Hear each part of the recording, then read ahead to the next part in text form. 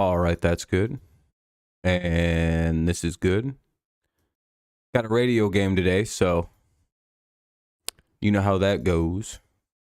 Tigers got him 1-2-3 in the first. It'll be Badu, Kreidler and Carpenter, then Haas, then Maton, then Hernandez, then Lipsius, then Parker Meadows, and Palacios against Anibal Sanchez.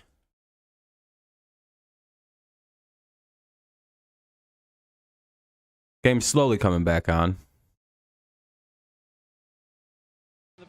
There we go. Boyd couldn't have had a better start to this game, could he? Oh my goodness. Strike one to start off the inning. Hopefully we see another big offensive day from the Tigers.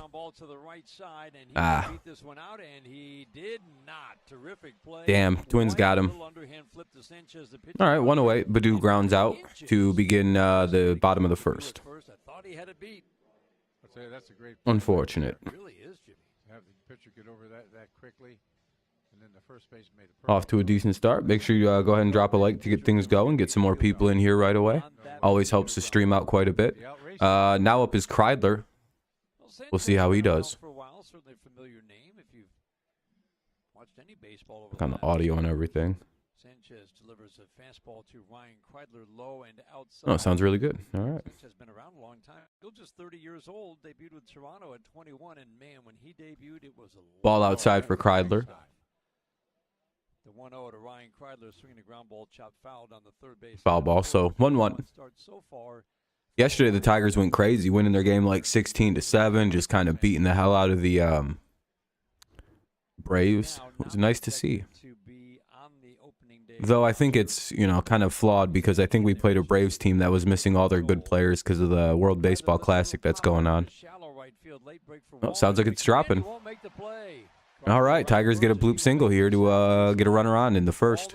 So 1 on, 1 out. Kreidler reaches on a bloop single. Oh, he doubles even. All right. Well, it looks like one of the fielders made a mistake, and the Tigers benefit. Now they got a guy at second, 1 away. And here comes Kerry Carpenter. Double, he'll take it. Sanchez, when he debuted as a 21-year-old, it was a hopefully everyone's having a good day. Thanks for tuning in. Big time. Debuted as a reliever, was moved in the rotation. Ball 1 to Carpenter. Have to imagine if you're Carpenter and shit like that, you have to be kind of nervous with Parker Meadows in the lineup and everything. Succession of injuries, and he just hasn't pitched a whole lot since 2019. Make sure you do drop a like because we did get hit with another yellow badge for no reason, I guess. So in order to help the stream out, I kind of need you to press like and all that fun stuff. If you can, I appreciate you. If not, it is what it is. 2-0 for Carpenter, by the way. As you can see here on the screen, he's kind of trying to work the outside parts of the plate. Oh, he got some there. Foul ball, 2-1. Seeing anybody hit that building on the fly, swinging a soft tap foul. I remember Stephen Moya carried that building when it was under construction. See, I sure do. he was all or nothing. It was a 2-1. skeleton frame, but he hit it. Oh, I swear over. Yeah, appreciate you, Fudge. Yeah, if you want to, if you can, it helps out. That's all he's done. Do it, Kreidler's getting on a 2-1. That was it. See you later. The 2-1 to Carpenter. Checks his swing. Off speed up and away, and it's now 3-1. Oh, 3-1. All right, so they're going to call ball 3 on that one. Nice. 6.60 ERA. He's never been a big strikeout guy. What's up, Wally? Needs to have command. When he's right, it's still a power sinker that gets a lot of ground. Nice to see a possible power hitter team in combo with. Yeah, Wally. I would have to say that that's probably Carpenter walks on 4-1, so he's on base now. Haas is up with 2 on and 1 away. It is nice, Wally. That 410 to center field at Comerica is going to be interesting because there's already been probably 4 balls hit to almost dead center. And at Joker Marchant or Publix Field, whatever the hell they call it now, ball 1 inside to Haas. There'd be a lot of home runs at Comerica that haven't gone out in spring. So I have to wonder when they're going to change the dimensions at this ballpark. Because it's supposed to be kind of like a strike 1 on Haas. A lot of the your like spring training home field kind of mimics your home field, which is why like at Fenway or at like when you go play the Red Sox, they have the mini monster and they have that weird right field dimensions out there. It just kind of mirrors Fenway.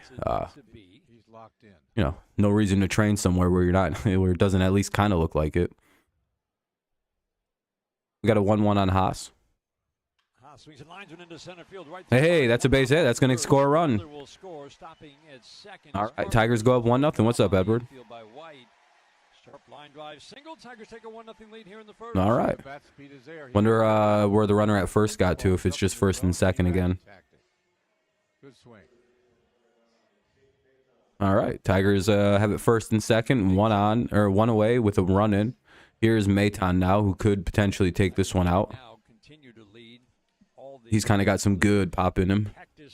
Strike one. Remember, the Cactus League is always that's a much higher run scoring environment. There's a little bit of elevation out there, and the offensive numbers are always bigger for the teams that are in Arizona as compared to the teams here. Nick Maton has 3 home runs, so 29 home runs, also over 40 doubles for this Tigers killing it this spring. They lead. Hopefully these power numbers actually carry over into the spring train or in the regular season, and this just isn't some like spring training peacocking going on. 1-1 count. Ridiculous numbers right now. Right now. Low it inside. So hopefully this isn't like a flash or a false situation. That's different than the rest of the locations. It's not elevation. And we're all not just about to watch a team bat 200 and hit fucking 90 home runs again. The shit was embarrassing. 2-2. There would be like, Aaron Judge has more home runs than the entire Detroit Tigers, and it's like, fuck you. I don't want to hear that. Why are we talking about that? Why is that even a statistic anybody's tracking at this point? Seems kind of rude to just bring that up about a team. Hey, you know this one guy's got more than your whole team. Just okay. 2-2. It seemed just like a personal insult every time I seen that shit last year. It was crazy. Hey, that'll drop down, base hit. Oh, okay, they didn't score him. All right, they're learning not to be stupid about sending everybody. So we got the bases loaded, one away. Here comes Cesar Hernandez, who's been one of our hottest hitters in the spring. He's hitting 381. So we'll see if he can do some damage here with the bases chock full. All full up. There's a mound visit already for the Twins. They're like, hey, what's going on, Annabelle? You can't really project what it means for the Tigers offense as a whole, but I think you can say with 29 home runs, 73 extra base hits, the Tigers do have some guys who know how to drive the ball, and it's going to be noticeable this year when the regular season starts. I think it's fantastic because, to have that type of power down here, to me it means a lot. First of all, boys in the big leagues will be looking over their shoulders. And to have that many folks hit the ball. All right, another 60. Let's hope so, Hayden. That'd be nice. And I just think it's Did you end up finishing your season off from yesterday? And it should. 10 different players with 2 or more. All right, Hernandez is up with the bases loaded for the Tigers here in the bottom of the first. They have one, obviously, bases loaded, 1 out, 1-0 Tigers. You didn't finish the season yet? Damn, and you're still putting up monster numbers. Corners, middle of the infield back, Cesar Hernandez is having a good spring. So far, Hernandez. Find a gap, we could empty the bases out. Actually, I don't know how well Nick Maton runs. I don't know if that's actually like a thing. 3 strikeouts, 8 for 21 make it for. By the way, if you haven't dropped a like, consider doing so. It helps the stream out, gets a few people in here. We've also got the yellow badge because I don't know why. Why aren't they showing the count? Oh. All right, 2-0, and looks like he gets a hit. The 2-0, swinging a ground ball up the middle into center field. Hey, that's a base hit. That'll get 1, maybe 2. Carpenter is in. Eric Haas coming right behind him. Throw comes all the way through. He scores easily. What's up, Fernando? Hernandez to get down to second and Maton to third. 2-run single. Hell yeah, Hayden. Play some games while you're watching. Like yesterday, they're having fun. Tigers are up 3-0 after a base hit by Hernandez. That'll Tigers about to put the brakes beating on somebody again, or beat the brakes off someone again. I said that really backwards. Been doing that a lot lately, like a complete idiot. Anyway, 3-0. Tigers up with one away. Runners at second and third. Now up to bat is Lipsius. 3-0 Tigers. What's up, Harley? Twins bullpen. Derek Carr signed a 4-year contract. Yep, to the New Orleans Saints. Well, it brings up Andre Lipsius. First pitch is up and in, off speed, high and tight. We were talking about the evaluation of young players. So AJ Hinch. Hernandez has been good all spring though. Examples today with all the Q&A with the media. He's at 409 right now, Hernandez. The third base softly hit. Fooled the third baseman Soto for a moment, but he recovered. Maton broke. We got a run in, so it's 4-0. It sounds like Lipsius gets grounds out, but a run scores, so it'll be 4-0 Tigers with 2 away, and a runner gets over to third. Hernandez scoots over to third on the throw to first. Yeah, Hernandez seems like he's a safe bet to make the team, to make the roster. Parker Meadows open. What's up, Fernando? How you been, though? You haven't been around a lot lately. Just been busy? I remember you were saying you went to some NASCAR thing, or you were watching an event or something like that. That's a strike one to Parker Meadows, the number 8 hitter. Tigers are close to batting around. If Meadows can reach, they'll be at the 9 hitter. Certainly at this time of year, you can show. It's 0-2 on Meadows. Versatile. They're putting him in the corner outfield. Yeah, that's good. He looks like in places other than center field where he is superb. And you can certainly make an impression. Change the trajectory, as he put it, of where your career is headed. Yeah, in spring training, you can definitely change the trajectory of your career. Second base, charging and fielding to his left. Castro flips over to White at first.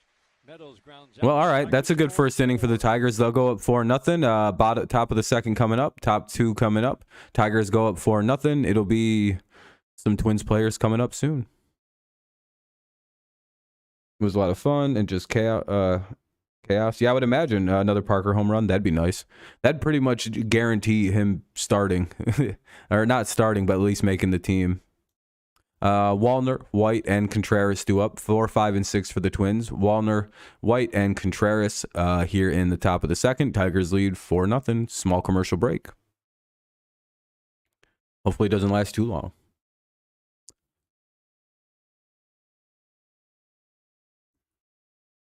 Man, this time things got me all confused. It's supposed to be like 12:30 right now and shit. Like I'm like I don't know what time it is.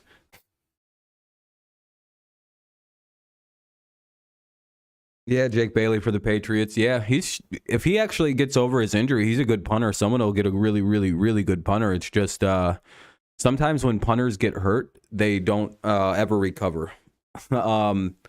Or they like recover so slowly that like it's just a couple, like it just their career ends. What's up, Amir? Marquette King, for example, he could probably still be in the NFL if he didn't I think he got hurt. Like he fucked his knee up or something for like a season. And it just, things move on. You maybe lose a little bit of power. You can't really hang it the same way you used to. Yeah, very good breathing room for Boyd here. This is a long commercial break for a non-televised game.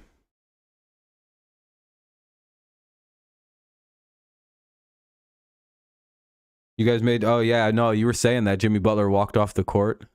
Yeah, lots of breathing room for Matthew Boyd.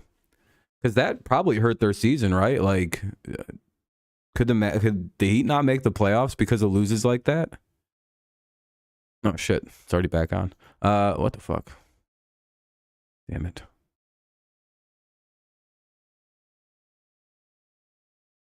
Matthew Boyd dispatched the Twins. 3 strikeouts in the first. There we go.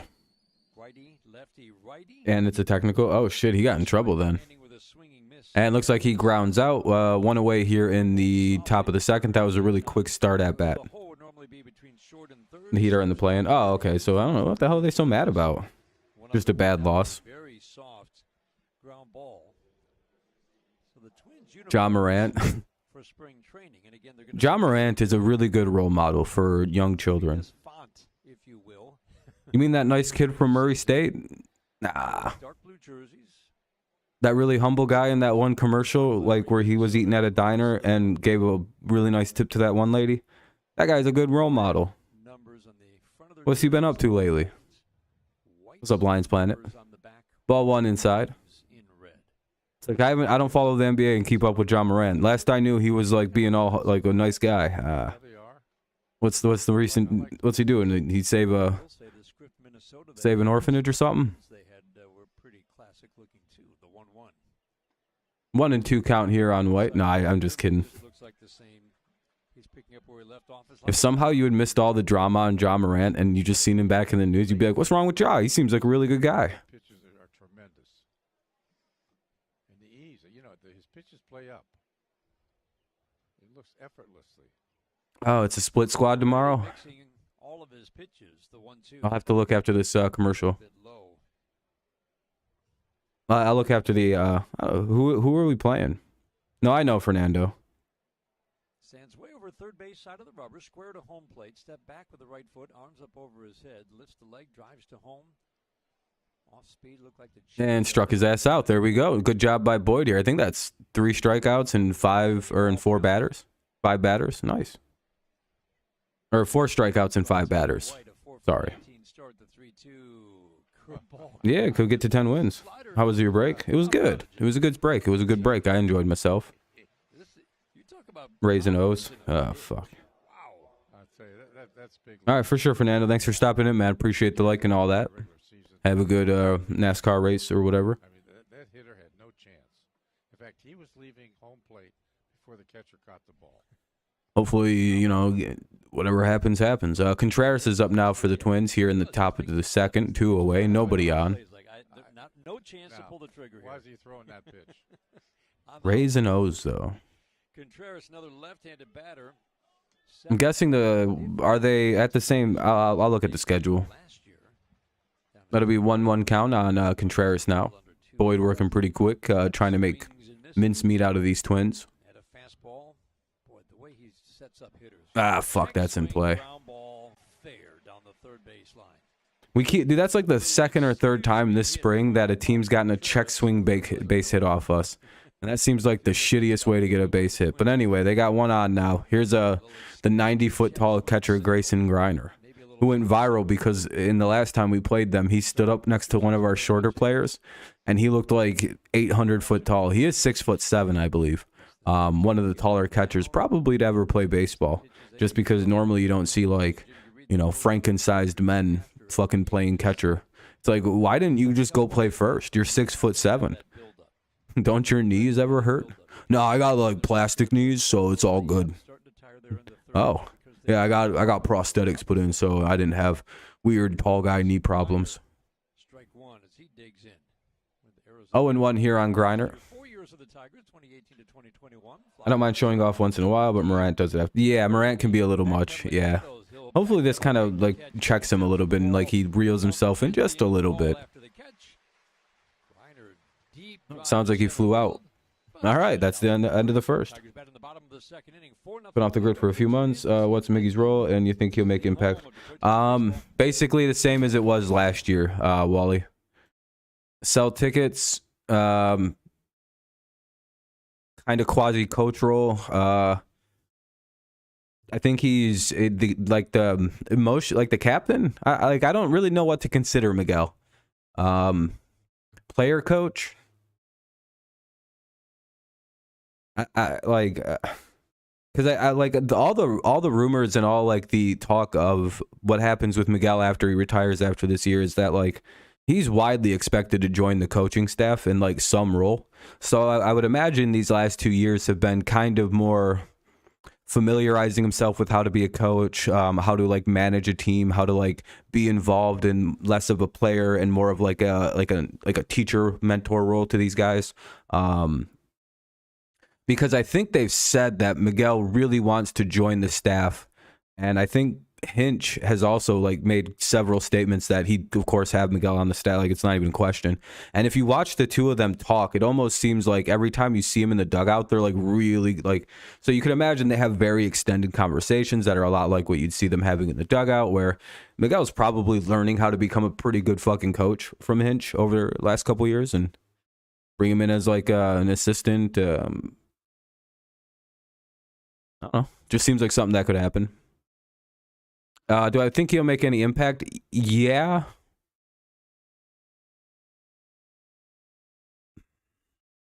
But probably not as much as like we'd like to on the statistical side of things.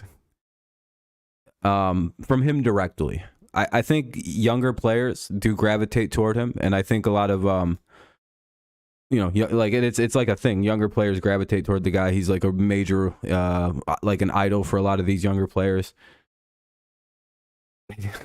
Jesus. Ball 1 to Palacios. We're at the 9-hitter for the Tigers. It's 9, 1, and 2. Palacios, Badu, and Kreidler. I'm not really sure what you'd consider Miguel's value. Like, Sunny day, not a cloud in the sky here in Lakeland, Florida. I don't know. I think he's important, but I don't think it's on the statistical side of things anymore, which is, you know, should we be playing him as much as we do then? And yeah, probably, because if not, we might not be able to sell tickets. 1 and 2 on Palacios. Looks like he takes that and gets a base hit. Dude, we're a bully team now. I like this. All right, another hit for the Tigers here early in the game. That's our 5th of the game already. 1 on, nobody out. Bottom of the 2nd. We're up 4-0. Here comes Badu. I swear to God, if this team can't hit in the spring or in March at the end of the month, I'm gonna be so goddamn angry. Please don't let this be fake. Oh, dude, Amir, you have no. I don't even care if we can't pitch. As long as this team can hit again, I don't care. I'm so tired of not being able to hit. I thought I liked the team that could win 2-0. Nope. I'd rather just see us win 10-8 every game.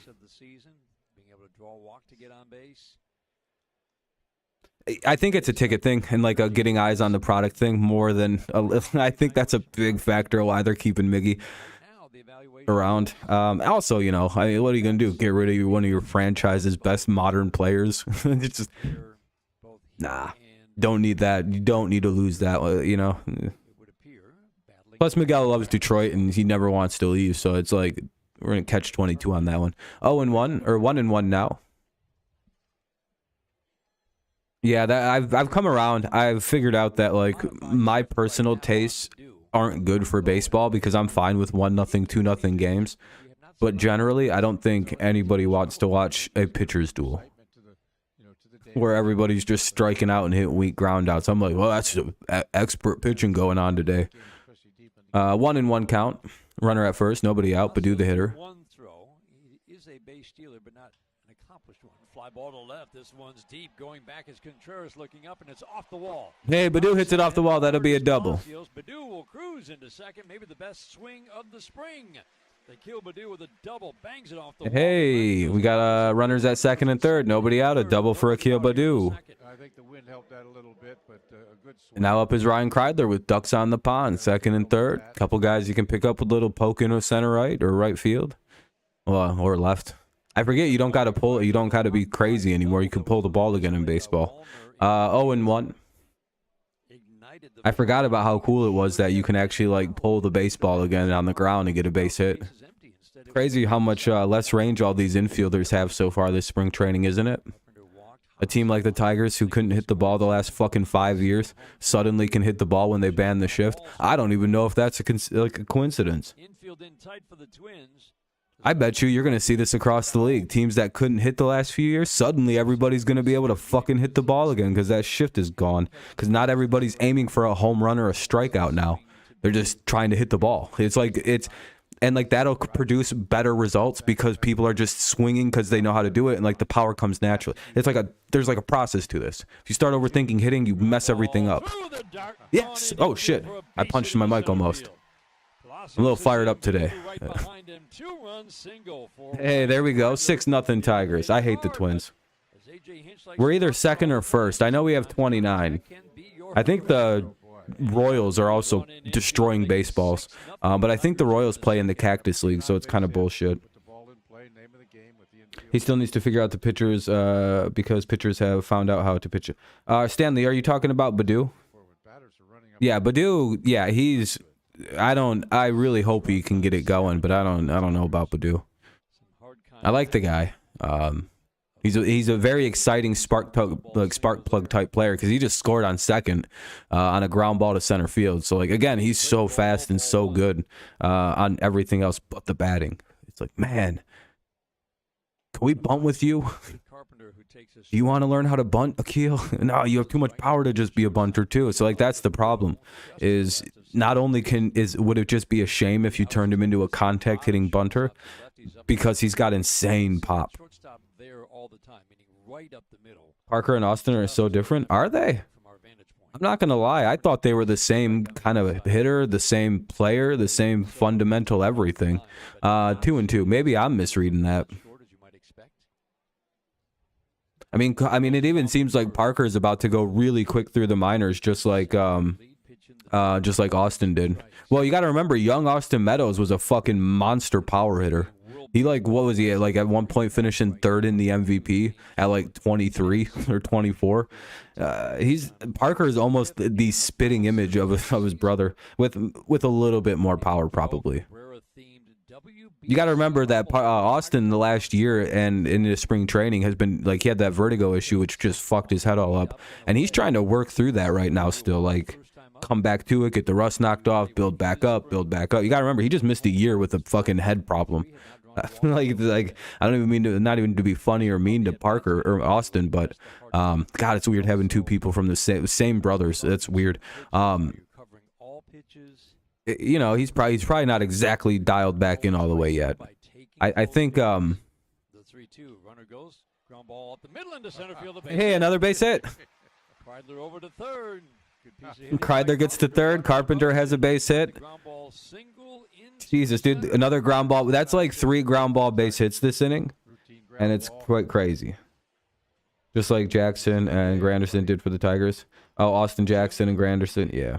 The shift last year, that ball gets gobbled up because you've got good leadoff hitters. Yeah, man. So yeah, Austin Jackson specifically. And he hit it in the perfect spot. Action Jackson. Shortstop lead. But I do think Austin and AMP. Yeah, but I do think Austin and Parker are very similar. I also think Parker's flying through the minors at a similar rate that his brother did. 6.5 runs a game so far this spring.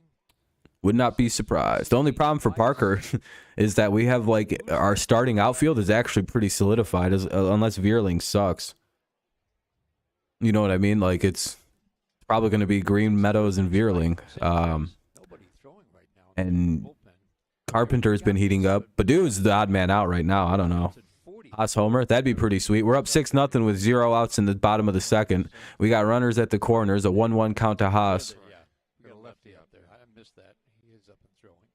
I've noticed Torkelson has been hitting the ball hard and not being rewarded, but recently he has been finding goals. Carter, also, a lot of his hits to center field would be home runs at Comerica Park, so that's an interesting situation, right? That'll get the run in.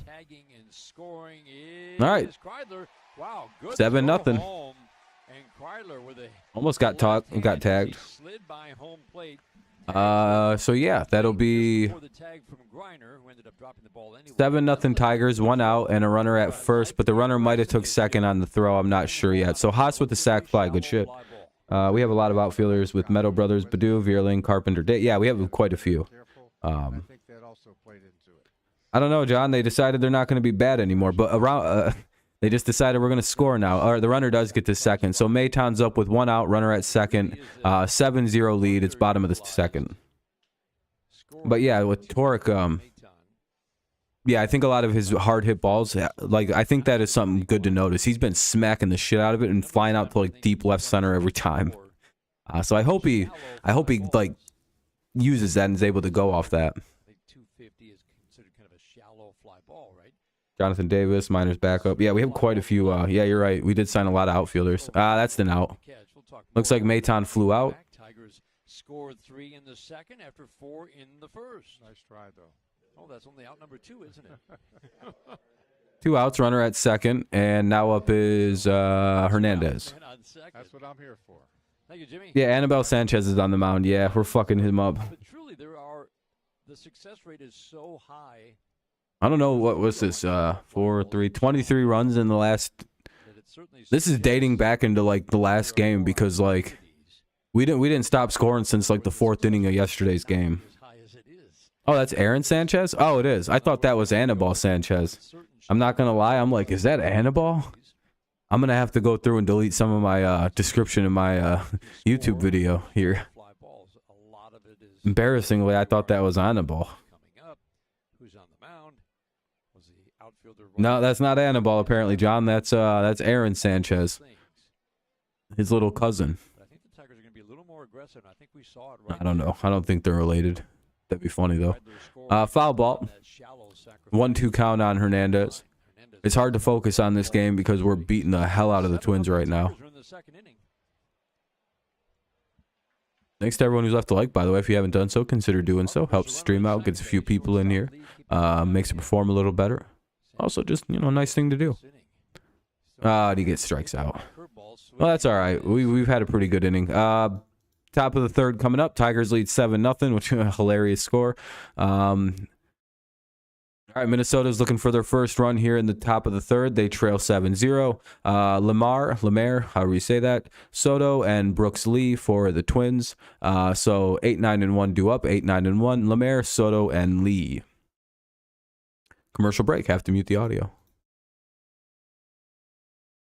Mark Sanchez. Yeah, he's Mark Sanchez, the cousin too. What's up, Daniel? From the Blue Jays organization. Oh, that's right. I was gonna say. I think I was gonna say. I actually think I knew that. Now that I think Aaron Sanchez, because I know who Aaron Sanchez is. I just didn't know it was Aaron Sanchez. Now I thought Anibal Sanchez was pitching for them. I don't. He'd probably be at the World Baseball Classic if he was still around. He can't be there. You know, he's probably not from a country that has as many people as he'd hope. Like, you know, how do I word this right? He's probably not from a country where they have a lot of Major League Baseball players. Unless he's from Venezuela, then I'm like, oh, never mind. He probably didn't make the team. But it's just really confusing because I don't know who's all not with their team because of the World Baseball Classic. I'm like, are we beating the Twins? Or are we beating their minor league team because they had to send everybody to the World Baseball Classic and we sent 2 guys? So we just got our normal team and we're like, we're going to beat the hell out of everybody for the next 2-3 weeks. What do you mean? Just bully them. We're going to run our basic starting lineup out there against everybody's backups in minor league squads. Why? Because it's going to be real goddamn funny to beat everybody up. Build up our confidence on these losers. It's like when Alabama or Michigan or Ohio State goes and plays like fucking Central Michigan or like that's my school, but it is what it is. Or like when Michigan goes and plays like Appalachian State or Ohio State goes and plays like Ohio. They're like, yeah, we'll take on the Ohio team. That should be fun. We'll take on the Bobcats. You know, it's a tune-up game. You get paid a bunch of money to get the shit kicked out of you. And I feel like that's what the Tigers are doing right now. They're just tuning up on a bunch of, you know, C- rosters right now. With their B- roster, but they're like, oh, it's a whole letter grade better. It's like, yeah, but isn't this your real team? Yup, shut up. I did that on purpose, DJ, to make fun of Michigan a little bit. Hey, what's up, Shelter? Is that another strikeout by Boyd? No, it's 1 and 2. Okay. Yeah. Don't mind watching Tigers giving all the fashion. Yeah, I don't like Minnesota at all. So it's nice to see them getting beat up like this. Parker Meadows has been will be center fielder this year, and Riley Green will be in left. I think the smarter move would be to move Austin over to left.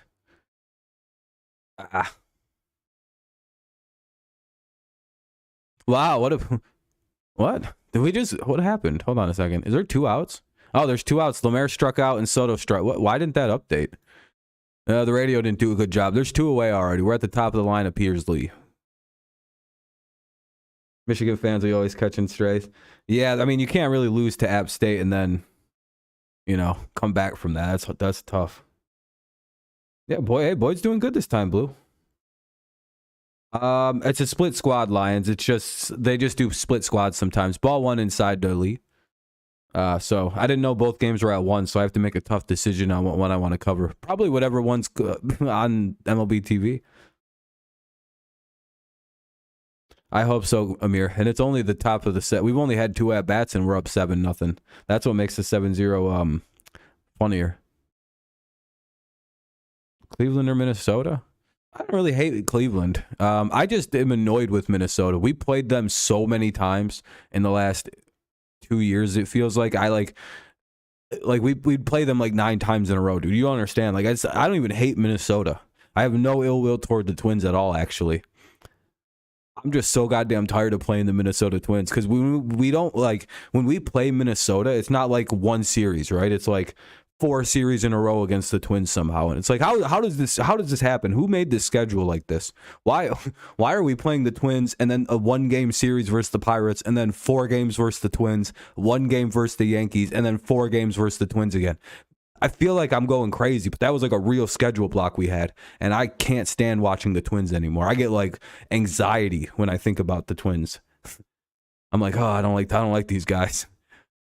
We're never gonna stop playing these fucking. That's why I'm so happy we're like everybody has to play everybody this year because that means less games versus the Twins. I just am so tired of being like, oh, look at who we're playing. I wonder if it's Minnesota. Oh, it's Minnesota. That drove me crazy last year. I started skipping Minnesota games. I just wouldn't cover them. I'm like, I'm not interested in watching this. 7-0, though. That they walked a guy. Lee walked, so... now up is Larnack, who's one of the Twins' more dangerous hitters in the regular season anyway. Yeah, it's nothing personal with me. I have no ill will. I only hate the Royals in the AL Central. I have a blood feud with that garbage-ass dumpster franchise that was good for 3 times in its history. Do you know every other year that the Royals have not been a good team? Like, every year they've existed, they're a bad, like bottom-of-the-barrel baseball team, except for the 3 years they've won the World Series. Every other year, go look it up. They're, like, never 500. They're, like, aggressively awful. It's just, and it's like, fuck, I'm so tired of this team thinking there's something. Why do they exist still? How is this possible? Because every, like, 20 years, they break out and have a crazier. Anyway, that was a fast inning. I didn't even unmute it because I knew there was no reason to. Bottom of the 3rd coming up. It'll be Lipsius, Meadows, and Palacios. I'll unmute it for the Tigers at bat. Don't worry. That was a conscious decision. That was me being mean to Minnesota. Why? What? It's still going to be released when he comes back from the World Baseball Classic. He's hitting 77. Maybe, Mike. I don't know. This Andre Lipsius guy and all these other young players we have seem to be kind of pushing on all that. Why the Royals? Their fan base is pure cancer. And their team is just they're annoying. It's literally the fans. I hate Kansas City, like as a place. I hate their football team. I hate their baseball team. They got shitty basketball, college team. Like everything about Missouri sucks. But let's not go down this road. I don't fuck with Missouri. Let's just leave it at that.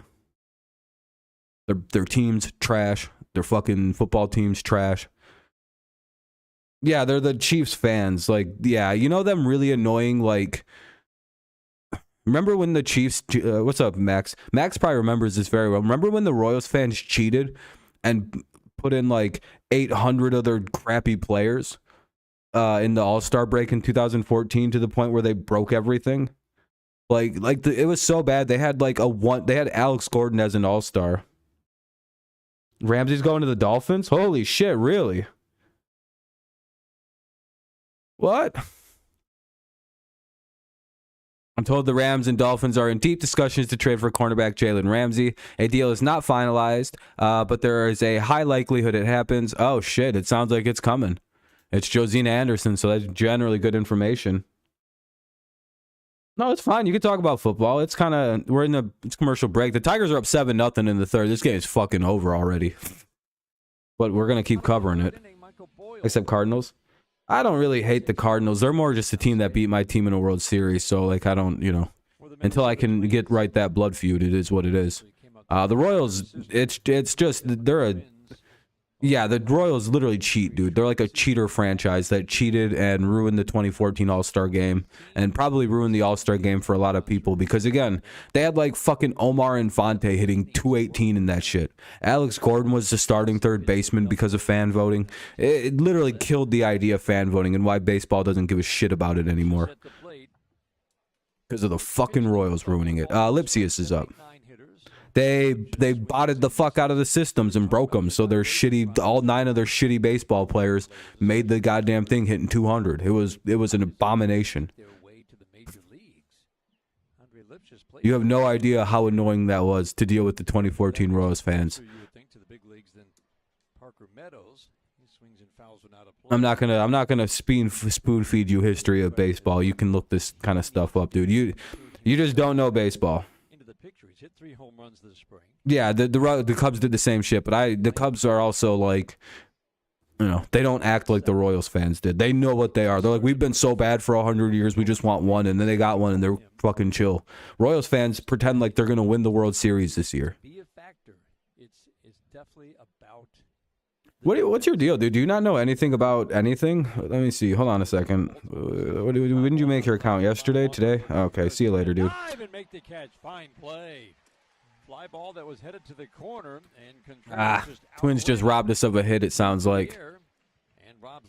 It sounds like it was a really nice play too. So that'll be 1 away here in the bottom of the 3rd. Well, you know what?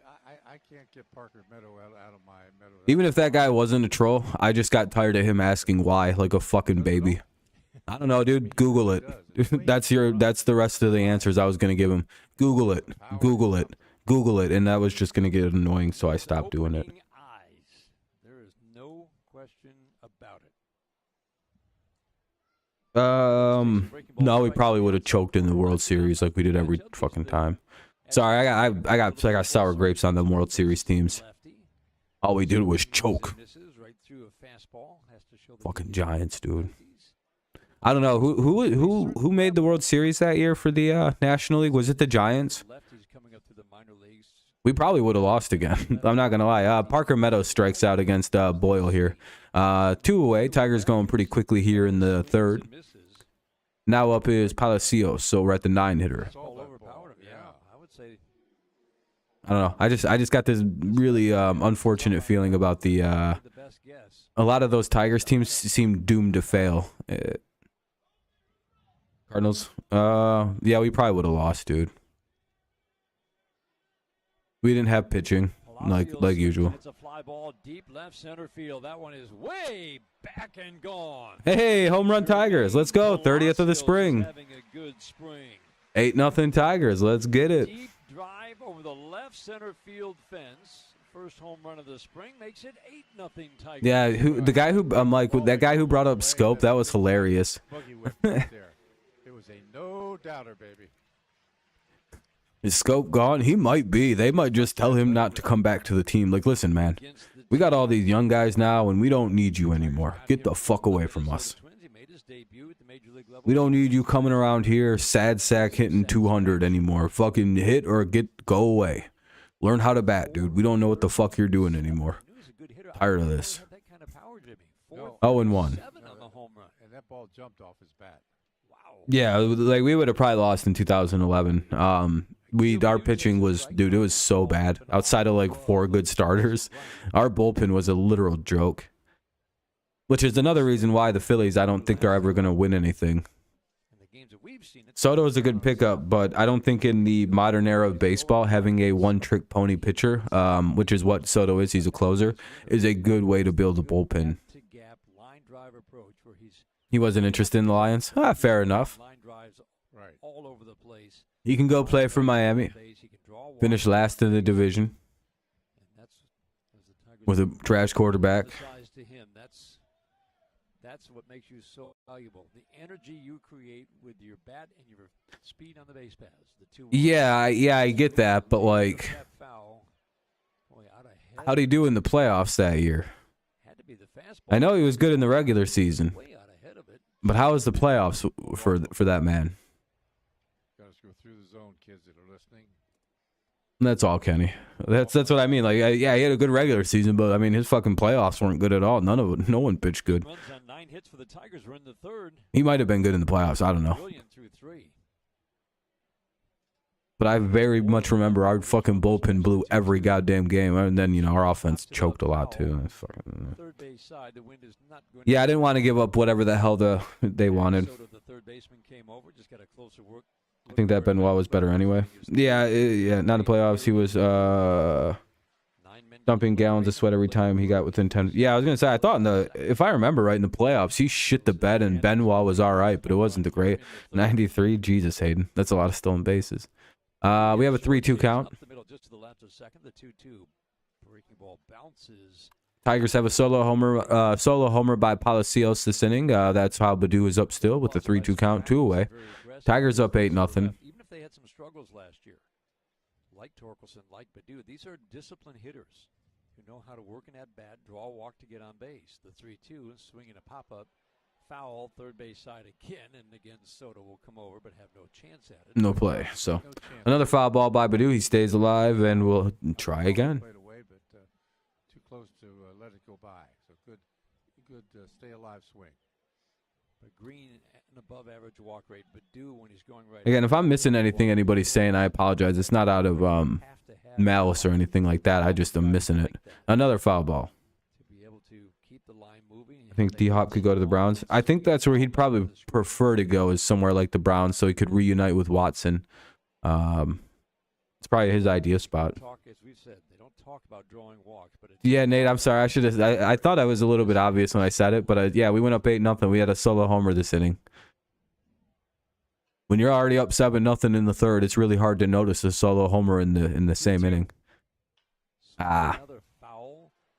Will it stay fair? Coming over Soto, and he will. Sounds like it just stayed in fair. Sounds like he just had enough room to make that play. Back to his right. All right, well, we'll head to the top of the fourth. Top of the fourth coming up in this game. Tigers are up 8-0. The Twins will be sending, I believe, 2, 3, and 4, or 3, 4, and 5 to the plate. We'll see in just a second. Top 4. I'll unmute it as soon as it comes back on.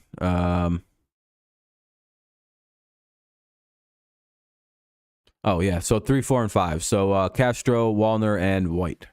That is Willie Castro, by the way. I don't know if you guys noticed that, but they have Willie Castro in the lineup.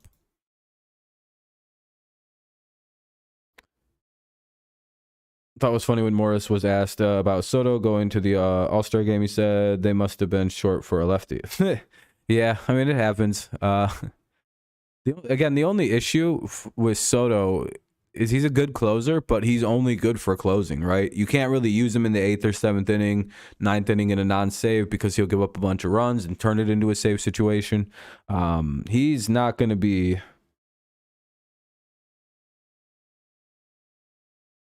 like super, like, I don't know. I think like as baseball is developing and changing, I think one of the things that are going away is the traditional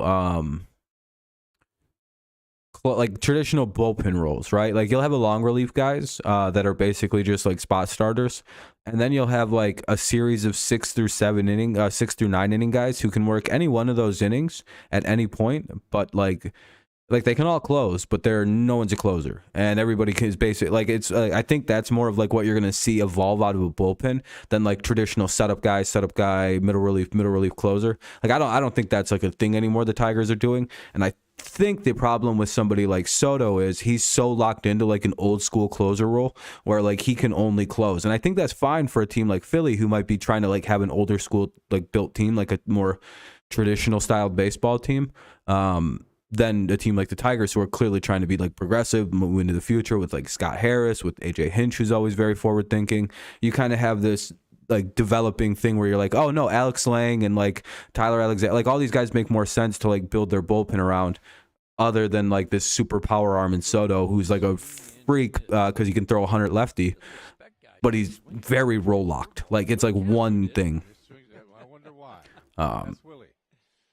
1 and 2. Check swing on a pitch low and away. Looked like he gave him the changeup after the curveball in.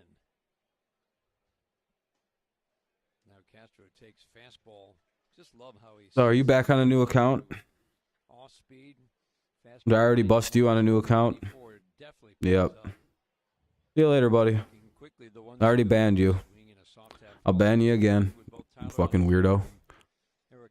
Keep coming back though. I'll see you in like a couple minutes on your next new account, you fucking dick rider. You weirdo. This guy's obsessed with me, you guys. He'll be back in Tuesday. He's already been banned twice today on this stream. You know that guy who I already banned once? That's the same guy. He's about to come back again. I mean, I don't like to expose direct messages with people. I'm kind of against doing that. But in like this case, I will admit what I will. This is probably my fault because a few years ago, he sent me a DM, this guy, and he was like, you know, you're really cute, and like I watch your streams, and like I'm in love with you. I want to suck your dick, and like I want you to like destroy me. See, he's already back. I want you to fuck me so hard till I turn into a girl. And like he basically was just really being like real suspect. And I'm like, listen, dude, I have no problem with you like being gay and all that. That's cool. He's like, I'm not gay. I just love you, dude. I just want to be inside you. I just want to wear your skin. And I was like, I don't know what's wrong with this guy. And he was like sending me like, he was trying to like send me thousands of dollars to be his like boyfriend. And I was like, no, thanks, dude. I'm good. I'm not into that. And so I had to block him. And he said he'll get his revenge for turning his love down. Yeah, it's a very true story. Not lying. Not even a little cap. 100% truth. I actually don't know how to lie. Wallner's up. Now he's got the lone twins hit that kind of flip-seat off the end of his bat. And he had like a check swing base hit. Or was that, who was that had that? Never mind, it wasn't that guy. I thought it was that guy. Never mind, it wasn't Wallner. Anyway, that's the second out of the inning, and now up is White. You just hit your 73rd homer? Hell yeah, there we go, Hayden. Break the home run drought. First pitch curveball looked good. Ball one. Adam Beck is our home plate umpire. From a closer's perspective, it probably means less money for him rather than having multiple closers, but that's not his call. Yeah, I understand that. No, I understand, Jack. Yeah, and it's nothing against I don't know. I think if you're a top-end bullpen guy, you're going to get paid top-end bullpen guy money. I don't think, again, I think more teams are going in the traditional, leaving behind that traditional mindset. And if you want like an elite arm, it's still going to cost you a lot of money. How much didn't somebody just pay, what's his name? That dipshit we had, the lefty Chafin, like $12 million.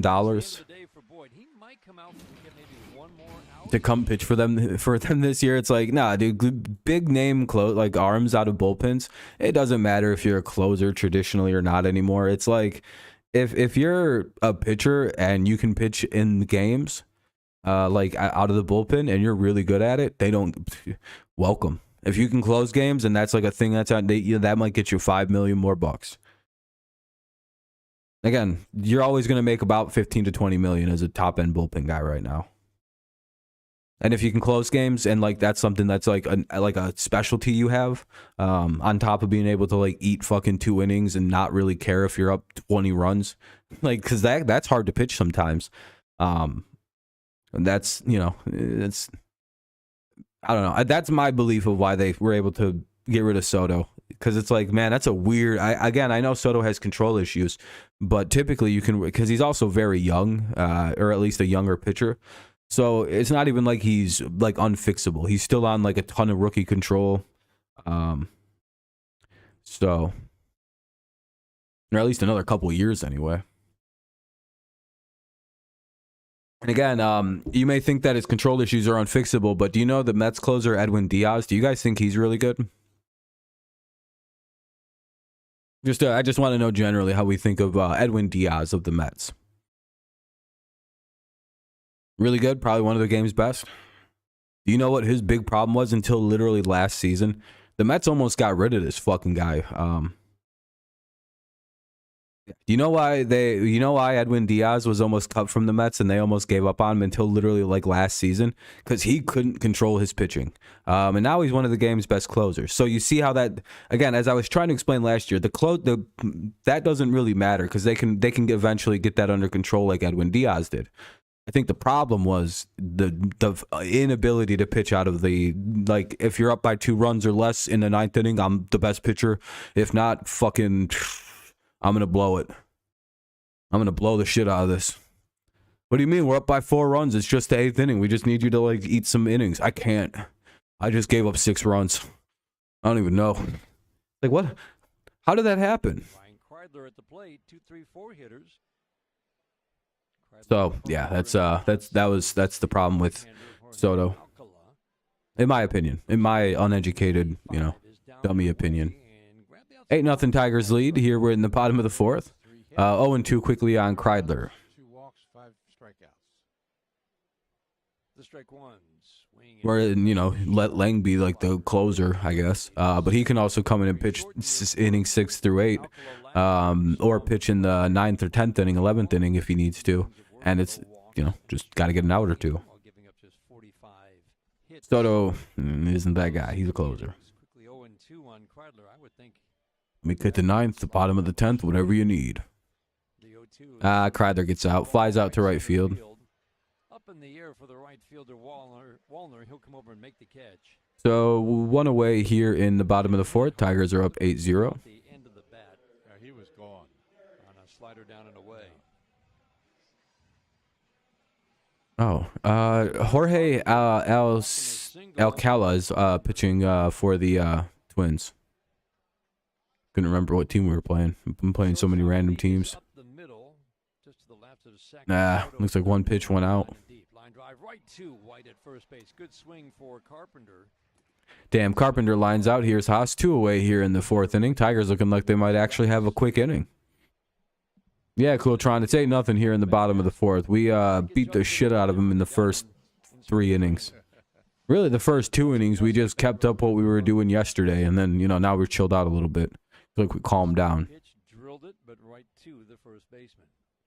That brings up Eric Haas. Ball 1 for Haas. It's a hard 88, 89 mile-an-hour slider for Alcala. You know, now that the guns are fixed back up, I'm pretty sure everything seems right, because I haven't seen an 81 mile-an-hour slider or a fucking 72 mile-an-hour curveball in like a week and a half. So I'm pretty sure that was just a broken gun.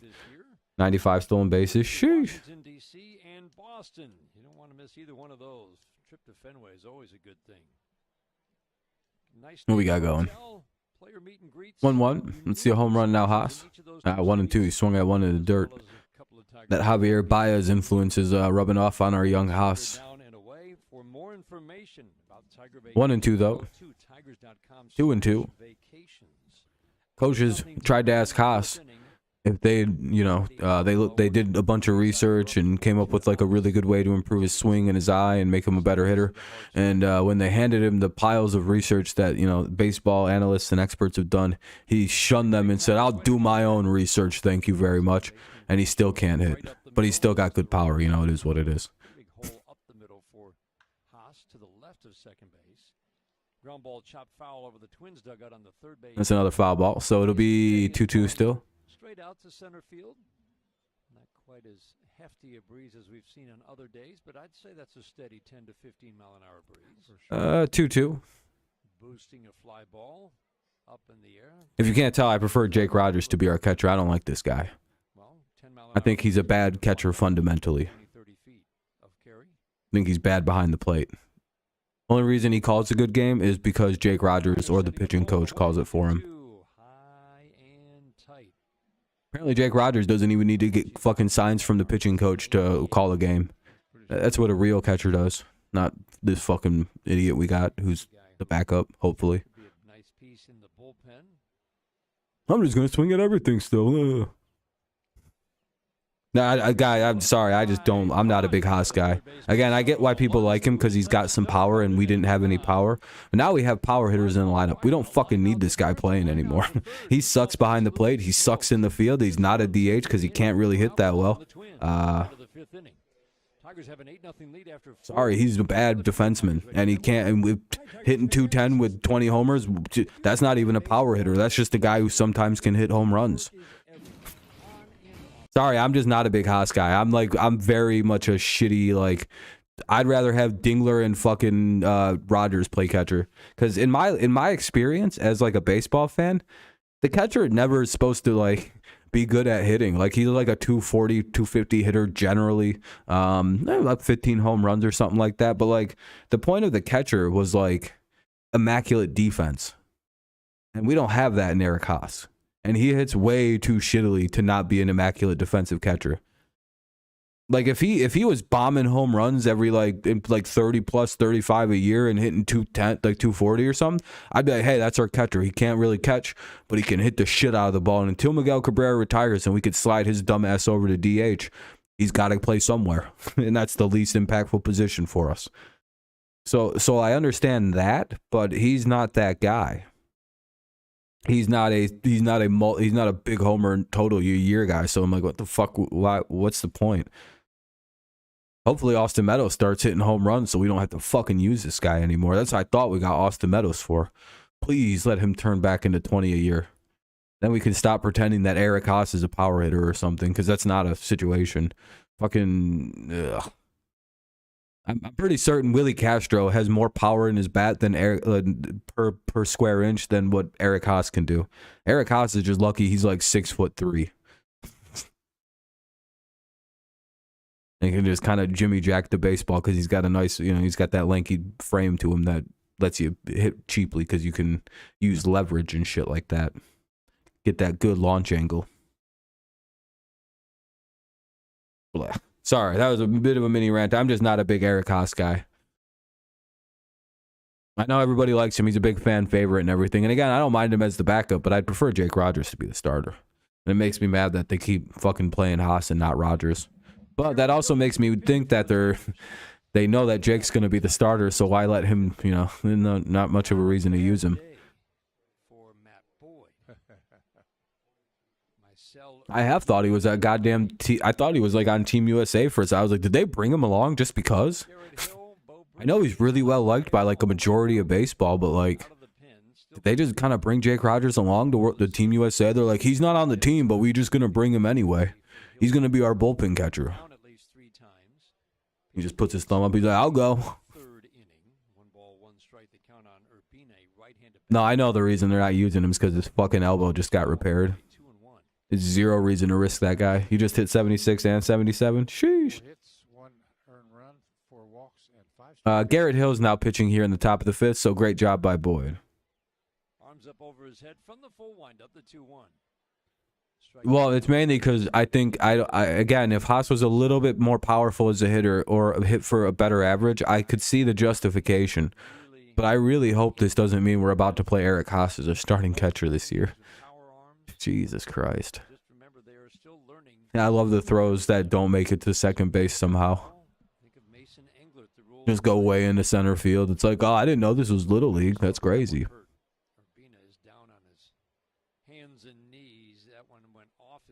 2-2.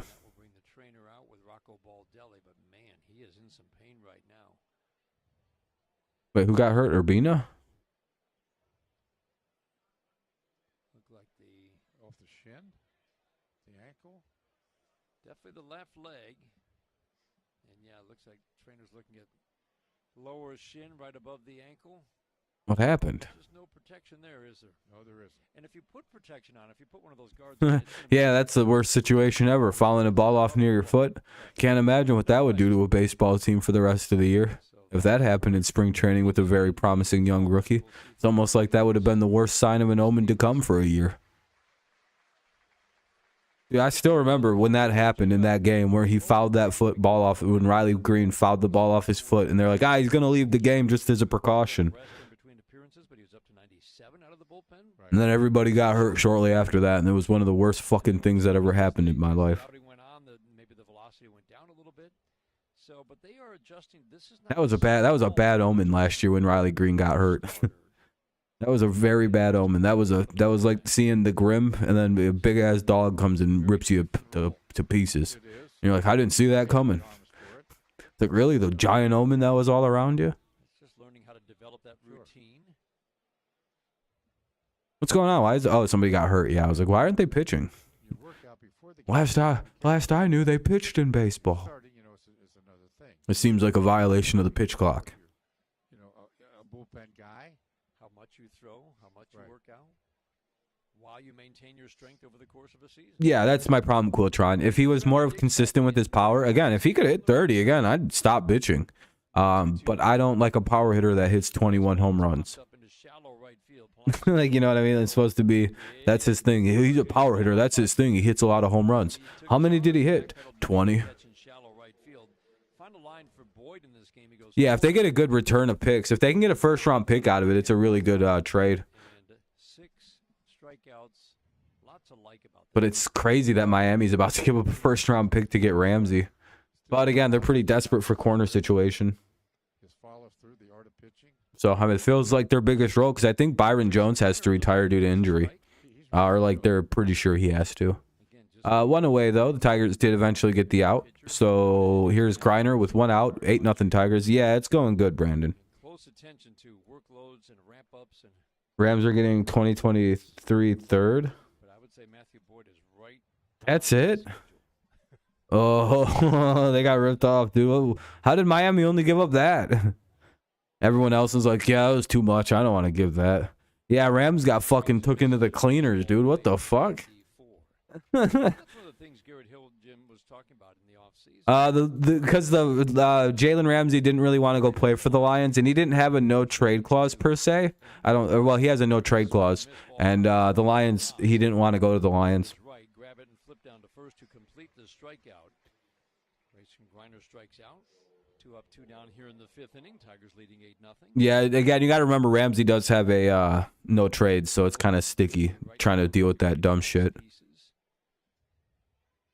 Getting to the point of spring training where AJ Hinch said you really got to figure out exactly. No, I guess not. Oh, well. Who cares? They're going to get. Just gets the top corner out of the fucking NFC. That's all I care about. Lions have a clear shot at winning the whole thing now. One extra good player they don't got to worry about. And if Darius Slay gets traded off to the AFC, even fucking better. Just start running out of innings. Yeah, not even a second. That's crazy. Ah, damn it. Looks like they'll get a base hit there. So here in the top of the 5th with 2 outs, they get a base hit by Lamar. And now up is Soto, the 9 hitter. 1 on, 2 out. Yeah, that's a bad trade. Whew. I thought for sure Ramsey was going to be around a first, or at least a second. Field didn't flick with his glove to get him easily at first base. 8-0 Tigers. 4 in the first, 3 in the second, 1 in the third for the Tigers. Home run today belongs to Palacios. Fastball high. Yeah, but Chase, the problem is Jalen Ramsey has a no trade clause. So what do the Lions have to do with this? If he said I don't want to go to the Lions, guess what? There's nothing the Lions could have offered that would have gotten him to the Lions. So what were the Lions supposed to do? Somehow convince him to waive his no trade clause to come play for a team he doesn't want to play for? Let me know how he would have done that. How the Lions should have pulled that off. Changed his mind to come to Detroit. But it sounds like he had his mind made up. Sounds like his ass was going to Miami. He was like, yeah, I'm going to Miami like Tyreek Hill did. I hope the Lions re-sign Jamal Williams, but if it's a stupid contract, don't do that. Yeah, I agree, Chase. I agree. But again, they needed that for their defense. So I mean, and they didn't have to give up shit to get him either. So it's like, yeah, fine. Great job by Miami. Great W for them on a trade. That is a big contract they just absorbed, though.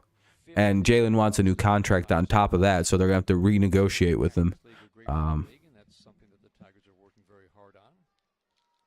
But I hope the Lions bring in Jamal. But the problem is he might be if he's too expensive, just, you know, you might have to just cut the bait on it. It's a tough thing to do, but, like, you don't want to pay $20 million. Like, you don't want to overpay for a fucking a 2-yard power back.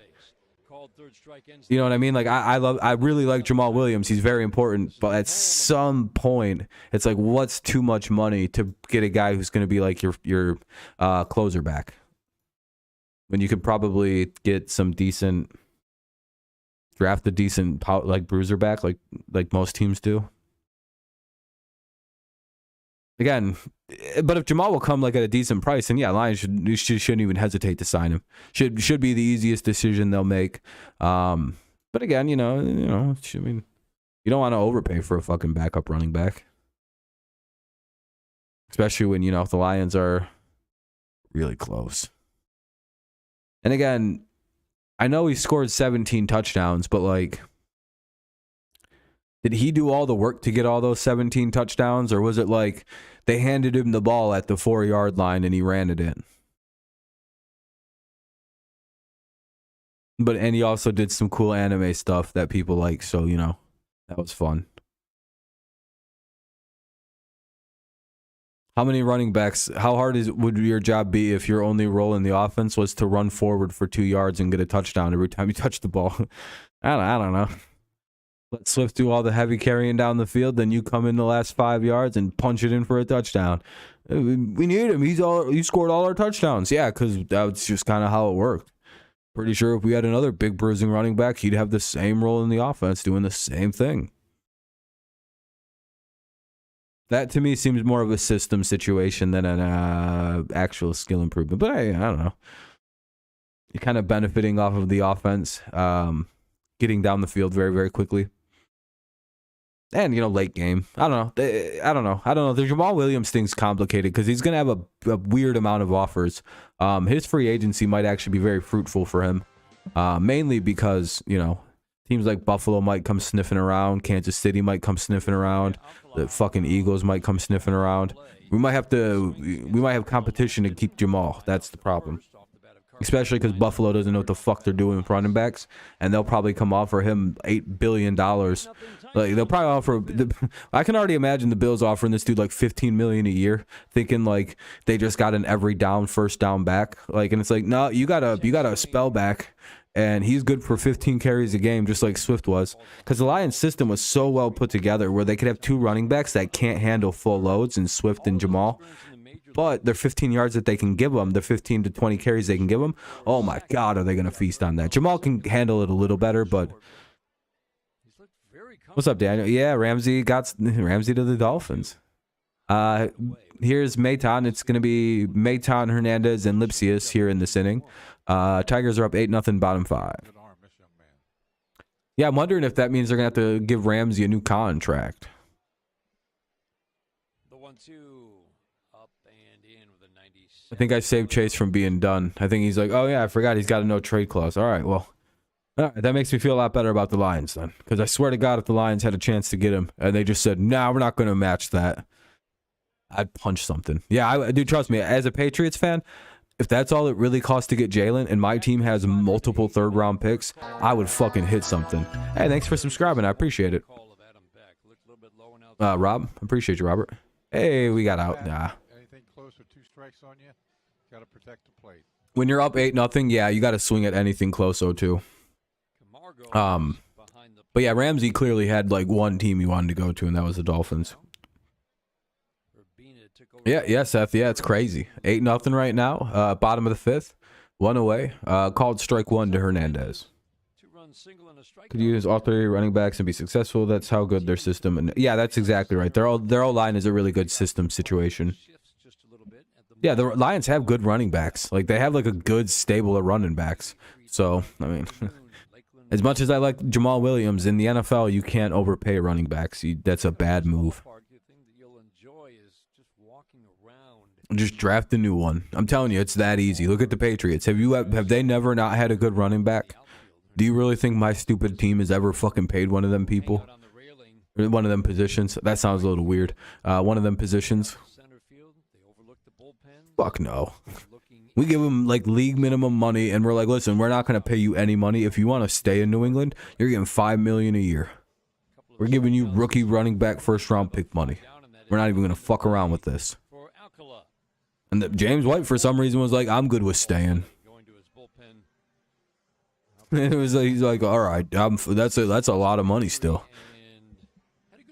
And I hope Damian Harris is willing to take our devilish offer we're going to give him, but I doubt he will. That's the 2nd out of the inning. Hernandez strikes out, and here is Lipsius. You're not a Rams fan anymore, Daniel? Damn. Oh, there's pitching change. I hate that. Why did they switch pitchers right there? What's the point? That's some poor sportsmanship, in my opinion. That's why I hate playing the Twins, because it's always some dumb shit with Rocco Baldelli. That's their head coach right now, right? It's been for a couple of years now. Ugh, I hate this guy so much. You know what it is? I think I don't like the Twins because of Rocco Baldelli. I'm not gonna lie. I'm pretty sure I hated him as a player with like just some personal shit. Yeah, the Rams did get out of a huge contract. I think that was the onus of the move, Amir. I think they wanted to completely. I think that's why they just gave him up. They're like, here, somebody fucking take this guy. The problem with Stafford is like, can you actually get a fit? Like, how much they gave up to get Stafford, multiple first round picks and everything, and Jared Goff and all this other stuff. Can they trade Stafford right now with that neck injury and actually get like a fair return?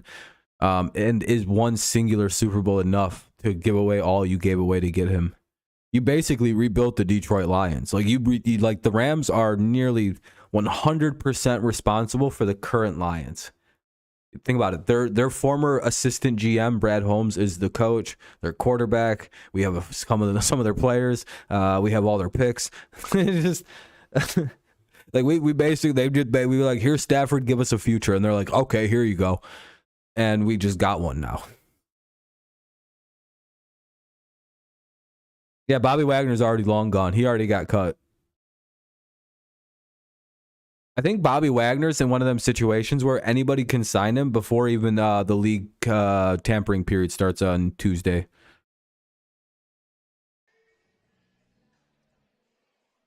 Andre Lipschitz at the plate. All right, Lipschitz is up with 2 outs. So again, third baseman by trade, playing some second this spring, just learning first. 2-0 count.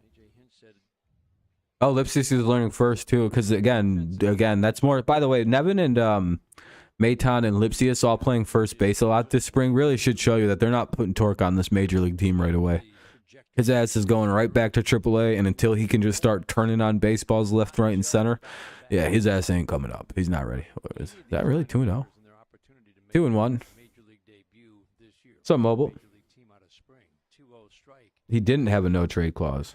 I have been told by everybody he has a no trade clause. AJ Hinch just likes to know that he's got every position covered in multiple ways. I'm gonna look this up.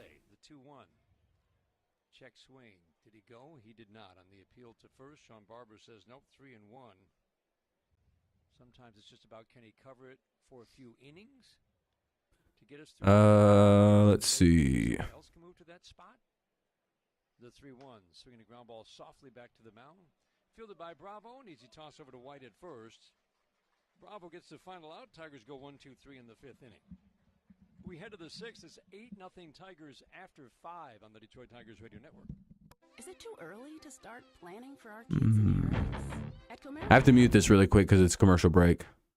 I'm just reading. I'm trying to see like where I can't find where his stupid ass contract is. Oh.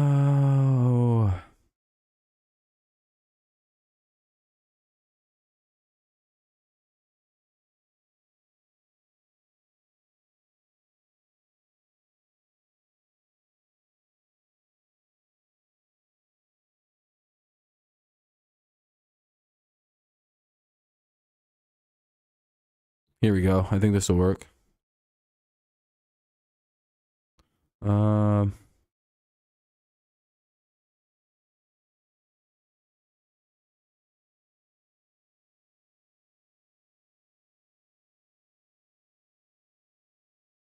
Sorry, I'm doing some quick reading here.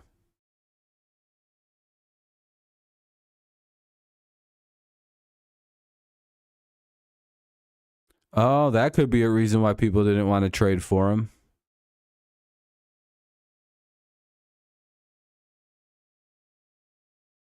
Okay. That could be part of the problem.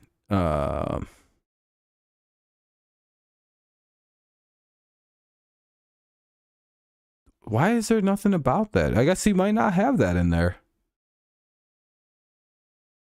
Let me see something.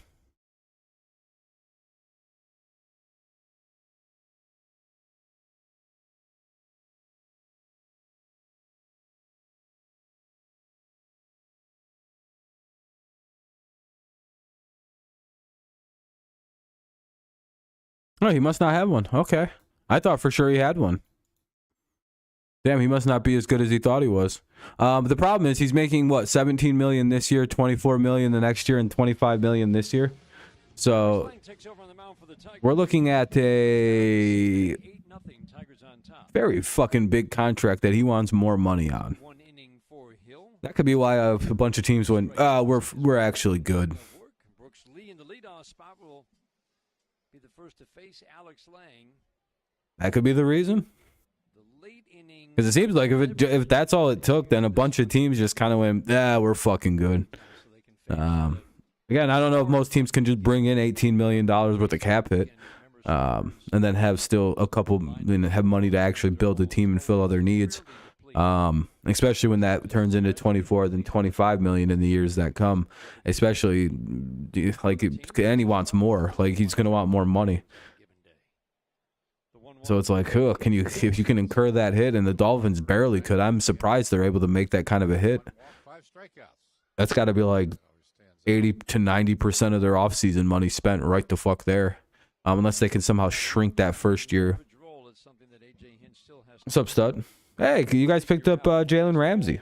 Congrats, you guys got him for fucking nothing.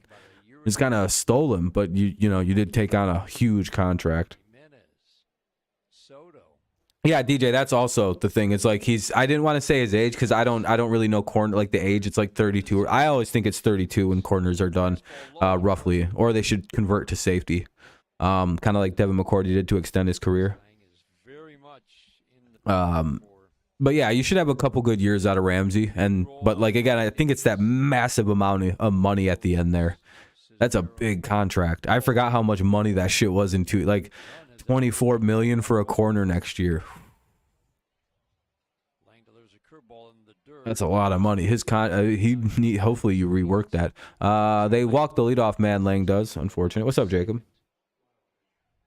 Yeah, I wasn't expecting. Well, it makes sense that you guys made the trade, but I just wasn't expecting it to be for like so little with Ramsey. But I guess that contract really fucked it up.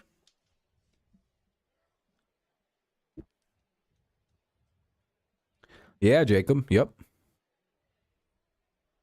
Yeah, that's what we've been talking about a little bit. Ramsey's is a Dolphin.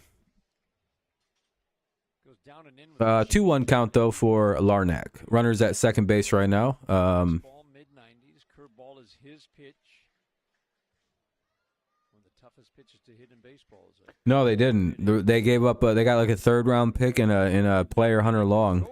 I'm guessing that was a salary dump for the Rams, so they didn't have to pay 18 million and then fucking 40 million or 50 million over the next 2 years. It's just a dynamite pitch. You know, Heavy's back in the AFC. Yeah, good luck. Yeah, that sucks for everybody, especially my division. What a fleece. Yeah. Again, if it's just a salary dump, then that's fine. 2-2. Yeah, the trade was bad. Yeah, they didn't get anything back, but I don't know if they care about that. I think that was just, we just want something, or we're going to cut him. We can't afford this guy. Really, the Rams are just like a fucking cheap store. They're like everything. They're like a liquidation center Kmart. We're closing the store. Everything's got to go. I think so. I think they took into consideration where he preferred to go as well. The Rams did 4-2. The Rams are really good about that. If like they're gonna trade you, they will listen to your input. So I do see maybe that's another reason why. All right, for sure, Stud. I appreciate you, man. I'll be live later tonight we're gonna do a mock draft. If you want to stop in for that. It's our first mock draft of the year. I heard about Baker. What about Baker? Oh, the Bucks want him? Yeah, I heard about that. Good for old Bake. 2 on now, another walk. This isn't good. Lang seems to be having some control issues here. Here's Willie Castro with 2 on and nobody out here in the top of the 6th. Probably around 9 or something like that, Stud. If not, you can always watch the VOD and shit like that. You know how it works. Yeah, I don't think he does either. I think Stafford probably wants out of there too. That's us. Trust your stuff, pick up your target, and let it rip. Stafford probably wants to come back to Detroit. It'd be pretty cool to come back. Nah, we don't really miss all them interceptions, dude. You can go somewhere else and throw all them. A guy like this with his stuff. Yeah, I thought the Rams would try to keep Baker. I thought he was a pretty good like bridge quarterback for them. Fastball up and in. And a crisp Do you think Cooper Kupp gets traded? I don't know. If him and Donald have to be the only two that can't be traded. 95, 96. No, John, I'll probably pay attention to who wins and who loses as far as like major upsets go, but I don't really follow much of March Madness. You've talked about for years, Jimmy, staying within yourself. Donald, no, hell no. No. He's unless he directly asks for a trade, he's not leaving the Rams. Still learning that. Trust your You'd probably, unless you're offering, The 2-1 to Castro. Jesus Christ, what would you even have to offer to get Aaron Donald? Right there. You know, that It's a 2-2 count though, with Willie Castro. 2 on, nobody out. Tigers could use a quick out. into the zone. You know what I mean? Like what do you do? One thing, this guy is a competitor. I think If you're a team, what do you like? How do you even begin? 2-2 swinging a foul. Yeah, I don't think he wants to leave the Rams. He like that's his team. Like he built that shitty Rams team up from like he was with them like wasn't he part of the Jeff Fisher era Rams? We really had one. I don't think you could get that fucking man to leave. Plus like the Rams were one of the few teams that like didn't mock his size and stuff when he was at the like you got to remember Aaron Donald has like he's another one of those like DK Metcalf kind of guys where he should have been the #1 overall pick, but because of his height, like there was so much shit talked about this guy because he's 6 foot tall. You have if you don't remember what it was like around him getting drafted. No. Castro with a towering fly ball home run to How'd that just happen? It's 8-3. The Twins are gonna win now. We're gonna blow this. walk home run, and the Tigers lead is Tigers suck now. Boo! Get your. What are these bums doing? And that, like you said, a tower. Send them all to AAA. This is who we gave up the fucking Lang. It's of course. chance to go out I think the wind helped a little bit. and had to. Yeah, but it was hit hard. This is your guys' savior. I already missed Soto. Bring Soto back. He would have gotten the outs there. I already know it. Boosted that fly ball. Of course, his dumbass strikes again in an 8-0 game. He only hits home runs when it don't matter. That's the secret of Willie Castro. Well, it all started. Von Miller was traded. When was Von Miller Where was Von traded? Wallner takes a 1-0 pitch low, and it's now 2-0 on Wallner, and Tigers bullpen is going to get busy. Yeah, really. Where Von just get traded to? I mean, you can't overemphasize the importance of Alex Lang. We're not How many likes are we at? Hey, we're up at 24 likes. Holy shit. Thank you guys. I appreciate that. Didn't expect it. Thank you very kindly. Well over the like goal. We could even hit in the 30s. 3-0 count here. What the fuck is happening with Lang? May not be long for the. Oh, yeah, that was a while ago with Von Miller. Oh, yeah, he's a Bill now. Detroit sports freak. Did you know that? He doesn't even play for the Rams. Away, and that is the end of the day. He's a Bill now. All right. So after The fuck happened with Lang? Alex Lang struggles in his outing here today. Couple of walks, a home run, then another walk. So just one of those days for Alex Lang. Tigers go to the What do you? bullpen. 3 runs in for the Twins. I don't know what you're talking about, Detroit sports freak. Now Donald, LA guy, Vaughn was a Denver guy. Yeah, everybody knows. Yeah, okay. Hi, Matt Garkle here with Bill Brown Ford in Livonia. With our winning team at Very confused. I don't know what Detroit sports. What? Yeah, I know that. Did you know that Von Miller's now a Bill though? Now it'll be well, I guess they're pulling the pitchers, so we'll have a new pitcher coming in for the top half of the 6th. 8-3 score. Yeah, I'm giving the shit up. Can't believe the Tigers are so terrible. I can't believe we got rid of Soto. Fire Scott Harris. Fire the Hinch and all the pitching coaches. Looks like we're back to a rebuild again, boys. No, I think they're still going on. It's just like Rodgers they're just kind of waiting on Rodgers, Allen. I'm pretty sure like that trade's done. It's just Rodgers has to say yes. Fire the ownership, move the team to Mexico. Yeah, that's what I would do. I'd move the team to Albuquerque or to Vegas. We'll be the Vegas Tigers. And we'll take on the Athletics, the team we deserve. We'll be the Detroit Athletics. Yeah, and bring in the Athletics. We'll become the Detroit Athletics. That's what we deserve. Fucking stupid bitches. It's like, Jesus, dude, what was that? Fucking gay, stupid bitch. It's like, wow, that...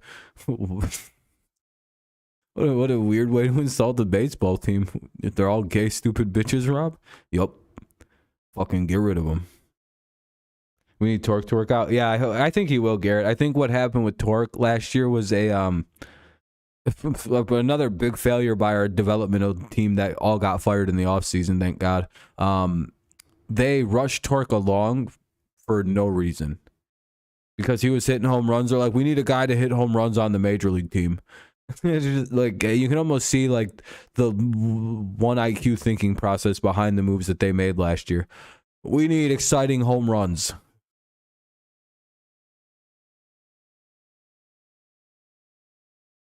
No, I don't see Aaron Donald being traded because Aaron Donald will probably just retire from football, Detroit sports freak. He doesn't want to play for any team but the Los Angeles Rams. He's been very direct about that statement. That's why you won't see as compared to Vaughn. Vaughn never really said he'll never leave Denver. I'm like 80% positive that Donald is like, I will play for the Rams for the most money or I will fucking quit.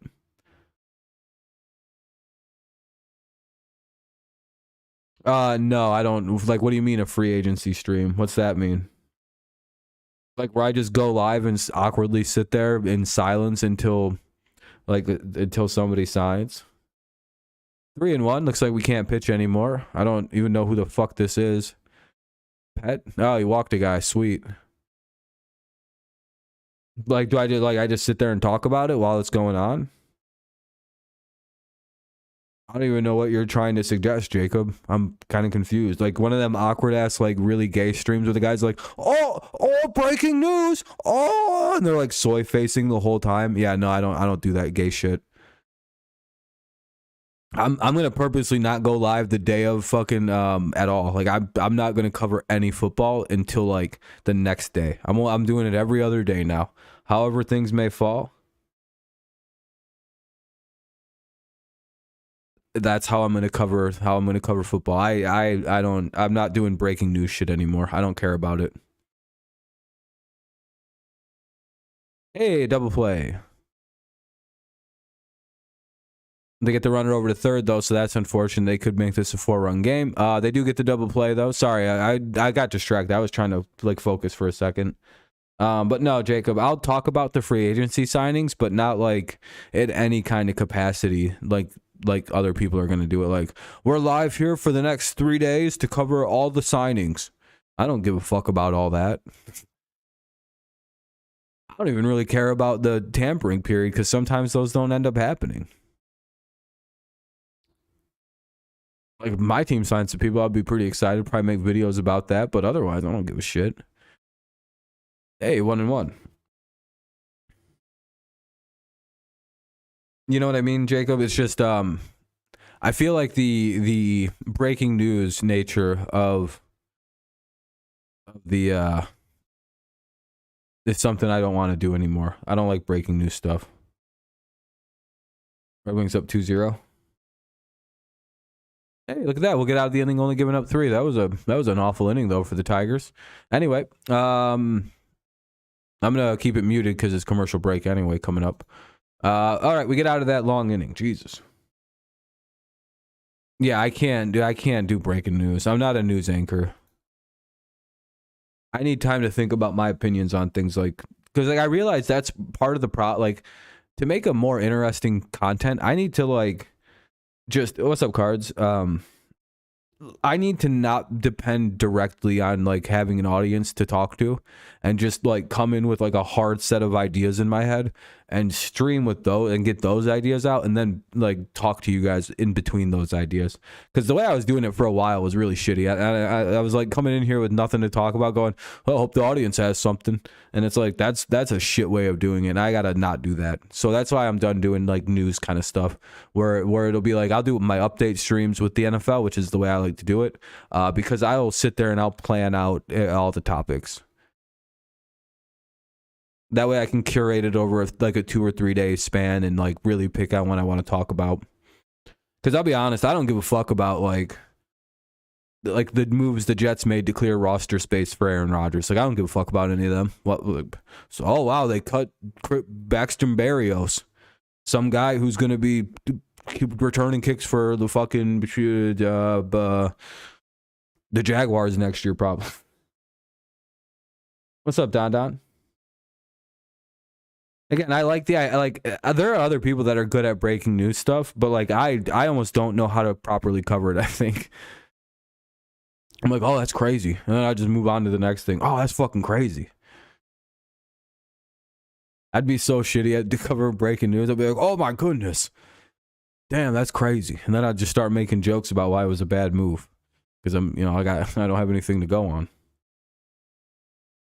Like, you seen how I reacted to the Jalen Ramsey news? I literally was like, that's crazy.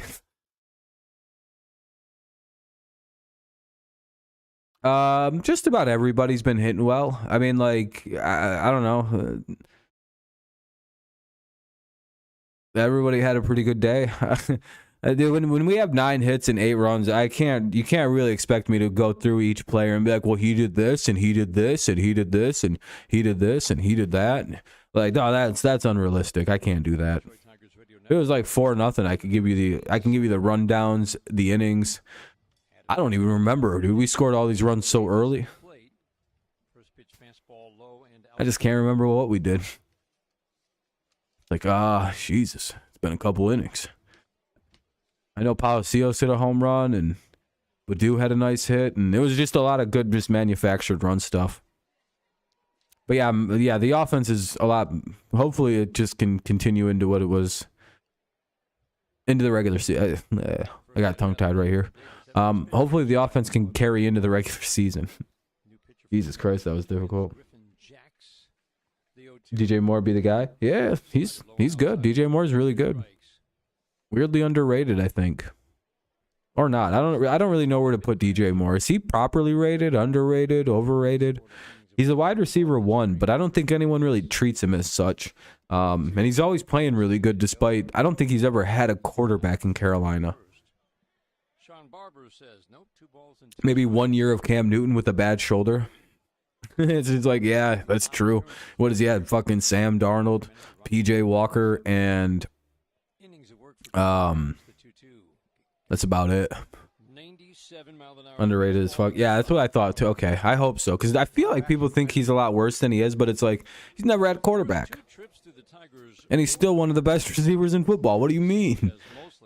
Because I seen somebody say that wasn't that big of a deal. I'm like, no, dude, getting DJ Moore is a huge deal. At the trade deadline, teams were offering them first-round picks for DJ Moore. I had heard reports that at least one team offered a first and multiple other picks for DJ Moore, and they said, no, we got to keep him.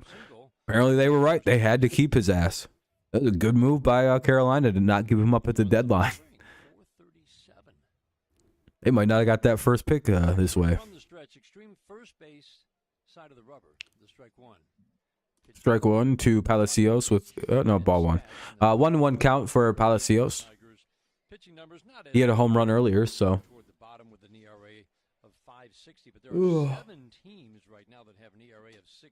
So as you look at team stats, it really can be just such a jumble of numbers. Excuse me. Strike on the outside corner to Jermaine Palacios, 1 ball, 2 strikes. The Tigers have had a total of 40 different pitchers record at least 1 out and 45 different position players.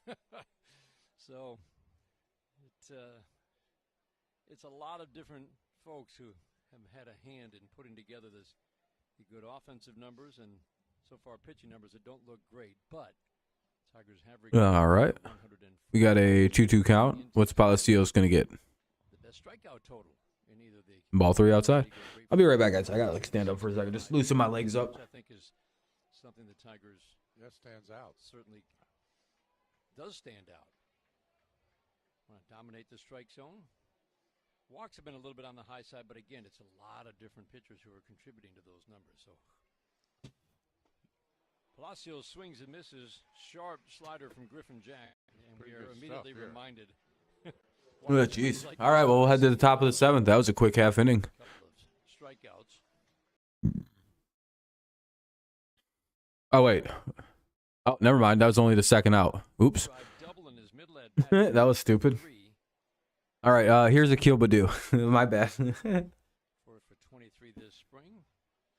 was like, all right, that was a quick inning. Jeez, felt like only 2 outs. First pitch a strike. You want to have at least several threats on the base. You need 17 home runs in 26 games. That seems like it's going to be hard to pull off. We really don't know what impact that's going to have.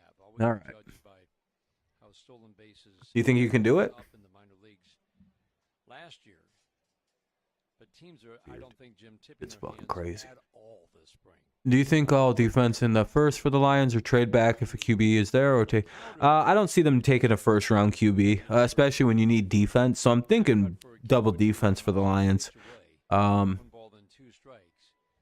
Personally, I could be wrong. 2-2 count here on Baddoo. Or developing base stealers like Akil Baddoo. He certainly can be a threat on the bases. They will have an edge with the limited throws over. Pitch down in the dirt. And the Tigers just don't have a lot of base stealing threats in their projected opening day lineup right now. But I think they'll take advantage of the. Yeah, it'd be tough. It'd be tough. You need 16. Oosh. I agree. That's a tough amount. It just makes it so. Seems like it'd be such a boost to this team if you could have Akil Baddoo. Basically won a game. Half cut on the pitch that popped out of the glove of the catcher Camargo. He'll gather it up as he races to his left, flip down to first to complete the strikeout, and Griffin Jacks, in his 1 inning of work, strikes out the side. All right, now it's the end of the inning. Tigers have an 8th. All right, now it's the top of the 7th coming up. It'll be Lamar, Soto, and Lee, as long as no one's pinched hit for. We'll see, though. Commercial break. Oh, shit. I was waiting for this to pop up. There we go. The Lions are going to keep the 6th pick. I want Brees, and at 18, I think Gonzalez won't be there at 18.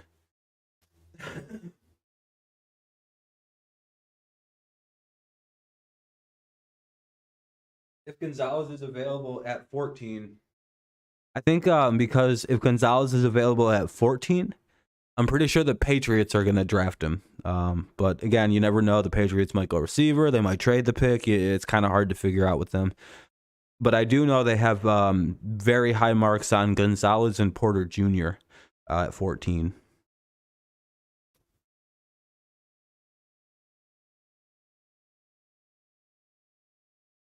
They like that Gonzalez is a little taller, and that's one of like their biggest needs is like a big size defensive back. Because all their corners are fucking 5'10".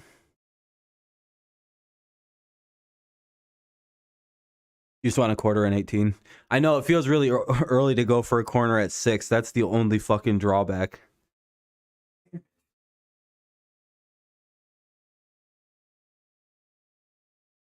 Especially since it's not impossible that Jalen Carter somehow falls to 6.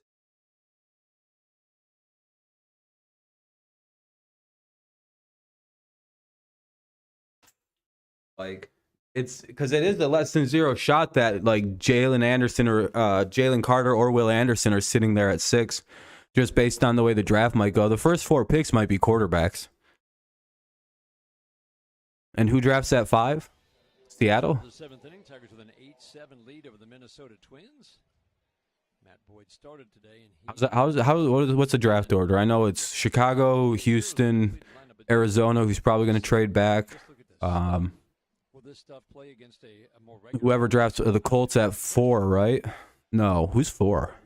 Change up, throwing it a different way. I know Seattle's 5 and then Detroit. Very sharp the last 2 times out. You know what I mean? Like depending on who's sitting at like those 4 top teams literally might be going for quarterbacks. And that could leave Indy. So Indy's going to be at a quarterback. So 4 of those picks are going to be quarterback. 1 moves back. Probably Vegas comes into the top 4 for a quarterback. So the first 4 could be QBs. And then at 5, Seattle gets like Will Anderson or Jalen Carter. And then the Lions could take Will Anderson or Jalen Carter, who's ever available. And that fills an immediate need. Like you can like guilt-free take one of those 2. And be like, all right, now we got Will Anderson, James Houston, and fucking Aiden Hutchinson. Nah, we're about to do evil shit to people. Or you get Jalen Carter, and now you have your fucking DT for your defense. There you go. That line is fucking is filthy. It's almost disgusting what they could potentially do here. Strikeouts a little bit on the low side for a guy that you might want to give. And you it'd almost be foolish not to do it. You know what I mean? It's like, do we take Jalen Carter or fucking Will Anderson if he's sitting there? Missed the mark. Ball 4.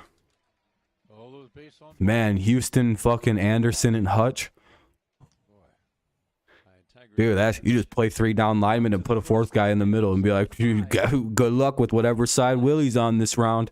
And then you have like, it's almost like a new position. You can create like this rotating fucking defensive lineman. I guess he'd be an outside. Isn't Will Anderson like a edge linebacker hybrid? Like the outside, what's it called? Outside linebacker DE hybrid. If I'm not mistaken, he doesn't necessarily always have to play down. Whereas like with Houston and Hutch, they typically play down. Ah, fuck, we don't need an end.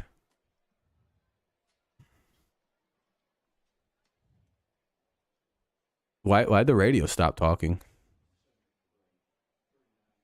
Elliott Soto at the plate. He takes a strike. Strike 1. They just didn't, or strike 2 rather. They didn't say any. The guy stole the base and they just went radio silent. Track of here. 2 out or 0-2 count with nobody out. easily, and I'll tell you why. Foul ball by Soto. 9-hitter up. Slicing foul out of play. Sorry, I was trying to track some of the defensive changes. And I look up and Lamar's at second base. Yeah, I think Jalen Carter would be great, but if he's not there, then I'm not sure what they're going to do. It'll be interesting. Throw strikes. I get ball. He concentrates on The beer lady was walking by. Yeah, they had to say something real quick. Mute the mics. and he took advantage. They were actually talking crazy shit and got air dumped. 3-0-2. Swinging the ground ball softly, and I mean softly to short.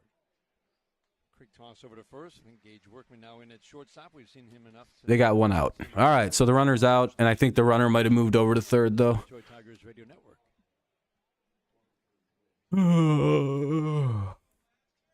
So 1 out, and a runner at either second or third, not sure. What's up, Michael? He's at first, or second. So it'll be 1 on, 1 out at second base is the runner. It's 8-3 Tigers, top 7. Is at second. Strike 1 to Lee. Half is at first. That's the Tigers infield. No, Brandon no, Davis no, in no. left. Mulgeri is in center field. And Jonathan Davis has moved to right. Brooks Lee at the plate, still on that leadoff spot. I don't think we've seen a player in our games go the entire distance. That's strike 2. Spring, most players will only play Hopefully we get a called third strike. And he strikes out 2 away. Nice. Lee strikes out. Good job by Whistler. 2 away, and now up is Larnack if he's not pinched hit 4, but they haven't really started pinch hitting a bunch of guys yet, a couple guys, but. Whistler, I would say, Jim, with those numbers that we saw. All right. Now up is Larnack, yep. All right, so. Cool. Was let go by Tampa. Damn, I really couldn't. I'm still kind of flabbergasted that that Jalen Ramsey didn't have a no trade clause. And nobody, it has to be the contract. But still, you put up a 2.25 ERA in 44 innings of work with a really good team. You'd think you would have plenty of opportunities to catch on somewhere, but he's a non-roster invitee. The Dolphins have 4 picks left in the draft. He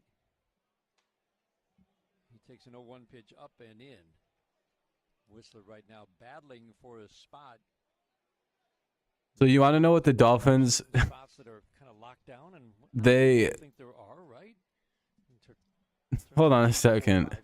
Does that mean they didn't change at all? That hold on. Foley, Vest, Alexander, high fly ball to right. Wow, way. That's gone. That of Trevor Larnach and gone. Oh fuck! It's 8-5. The Twins are going to ruin this game. Absolute, no doubt. Apparently, though, the odds for the Twins to win the, or for the Dolphins to win the Super Bowl, were at plus 3,500 before the trade for Jalen Ramsey. After the trade for Jalen Ramsey, the odds for the Dolphins to win per Caesar Sportsbook are still 3,500. Great move by Miami there. Again, those 5: Lang, Cisnero, Foley, Willie, Vast, Alexander. I think everybody had pretty much those 5 in the bullpen, Jimmy, to start spring. I don't think that has changed. No, I don't think so. Brisky, Hill is kind of your Damn it. bridge guys, long guys, whatever you want to call them. Seems like they will both be in the bullpen. Yes, I would agree. Oh, jeez. Can we like start playing good? Like, what's going on? We're gonna blow this game. The opening day lineup or be offered. Anyway, it's top of the 7th. 8-5 is the score. And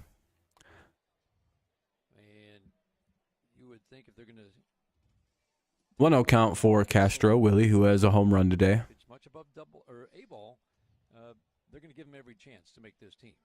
So you would, I kind of give him the edge to make this roster over somebody else, like a Matt Whistler. Oh, now it's 2-1. All right, that makes sense. Uphill climb for somebody like this to try to make this team. Yeah, we're selling the season off. What's up, Charles? Slider for a Rams are going to tank this year. Yeah, it doesn't seem good. Seems like they're definitely tanking it, or at least trying to retool so they don't have to go into a tank. in their major league career pitching in the 9th inning. And every manager will tell you, you don't have to call him closer, but the 9th inning's different, right? Listen, you can have great. Yeah, they went further, clearing contract, that's for sure. 2-2. One of the toughest 3 outs in baseball, closers roll. You have to have a special outlook. And foul ball, strike 2. The count will remain. And that's 2-2. they have to figure out, and that's why there's heightened. See if we can get Willie to chase a bad pitch or strike out or something. What's up, Navy? How you going?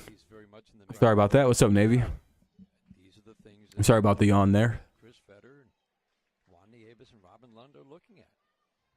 Red Wings are up 3-0. Hey, there we go. Had a tough time throwing strikes. And when Low-key best team in hockey. hit out. Castro did that. He's at the plate right now. Willie Castro takes a pitch a little bit low. What about them Cubs, the spring practice games? So high off What have the Cubs been up to? Are they killing it too? You're absolutely right. The 10 to 15 mile an hour breeze out to center. I really keep up too well with other teams. I'm not like football. Almost don't know about other teams. God, dude, another walk. Great job. Is that still Willie Castro? He just laid off a tough slider on the inside part of the plate, Jimmy. I'm floored. They won 9 in a row. Hell yeah, that's a good spring. Sands is now behind the plate.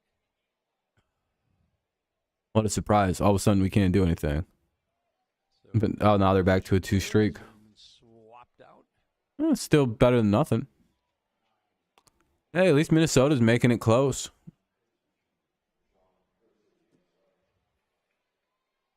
Here's Wallner. The fuck? I don't know why I felt like I was saying his name wrong. Sean Kersey Jr. is the base runner at first. He just drew a throw from Matt Whistler. Tigers' 8-0 lead has been trimmed to 8-5. You're watching Bama beat Aggies in a bat. Oh, in the SEC. Pitchers 5 walks the last 2 innings. 2 ahead of a home run from Willie Castro made it 8-3. You know what is probably embarrassing at Alabama is being a member of the basketball team when you got that football team right there. You're like, yeah, we're good at sports. Jeez, can we get an out? What the fuck is going on? The middle, and that will get into center field, the base hit. Oh, I hate backups. Shaded toward the hole at second base. He ran a long way to his right. He had no chance to get there. Not hit hard, but in the right spot. That's the 48 to 60. Jesus, 64 to 48. just didn't ever see First, I didn't know how they were winning. I thought you were like, wait a minute. ground ball I almost asked you, how the hell are the Tide winning 48 to 64? And then I realized you just wrote the score backwards. So the pinch runner, Kersey Jr. gets. Yeah, I'm like trained, man. Like most people are trained. Whenever you put the, you should always put the higher number first if you're not actively watching the game. Doesn't matter who the away or no, you're fine. I'm just saying in general, because like most people when they read those, and you put like comma roll Tide, I would assume they're losing 48 to 64. Just based on the way it was like, because that's how typically sports are written. 8 runs on 9 hits for the Tigers. We're in the 7th inning. Like especially since we're not watching it, the home and away doesn't really like matter. Blade extends the hands up and away from the right shoulder as he cocks the bat over it. Takes a rip at a slider and fouls it out of play. 90% sliders. That was Matt Whistler's mix of fastballs and sliders last year. But no, Navy, it's not a big deal. And that's more like a personal thing for me. I'm just saying, like, I almost misread that. I was like, God damn it. And it's like a really weird personal peeve. misses. You think people are overreacting? Why is that, Amir? Like, are people like, oh, Dolphins winning the championship? Their Super Bowl odds didn't even increase. They literally went from 3,500 to 3,500. Ah, come on, dude. There's 2 on, 2 out. We're about to probably give up a home run to tie this game right here. Wouldn't be shocked.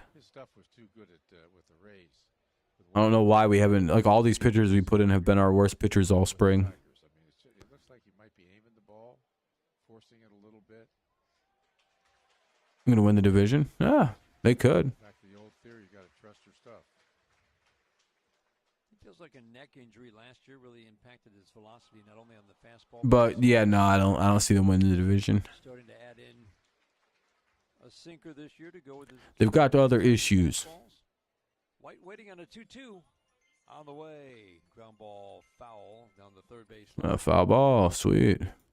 Just hurry up and give up the home run or walk the guy so we can move on. Last inning from Willie Castro, a 2-run home run this inning from Trevor Larnach. Larnach did not get a boost from the wind. He crushed it to right field. Ball 3. There we go. Here comes the walk. Sixth pitch of the at bat to Tyler White.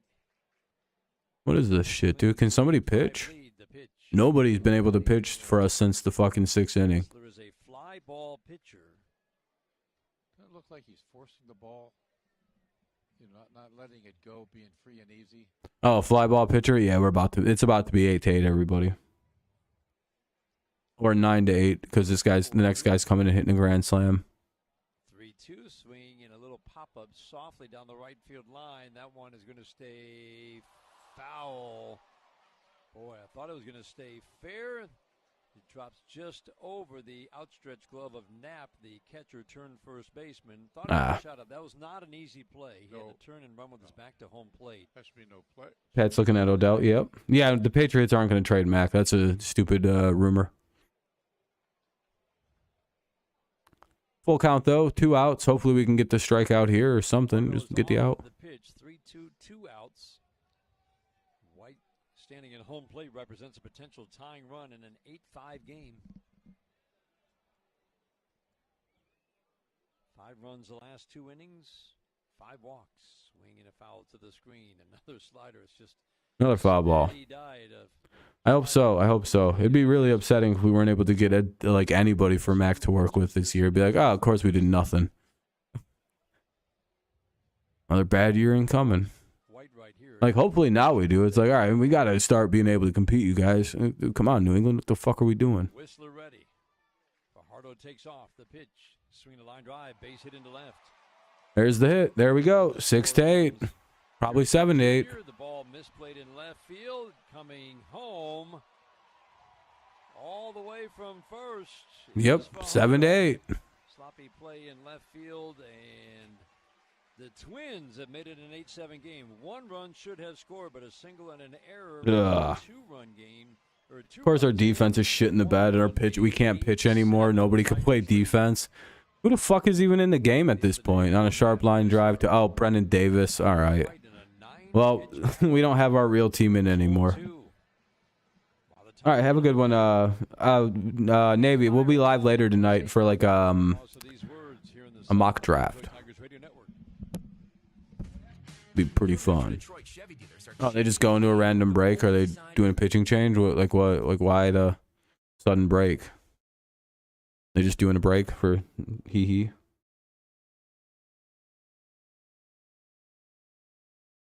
All right, sounds good. Yeah, it'll be around 9 or so. What the fuck just happened? Why'd they just go to a break? What is this? They just stopped the middle of the game. They're like, all right, everybody just stop moving for a few.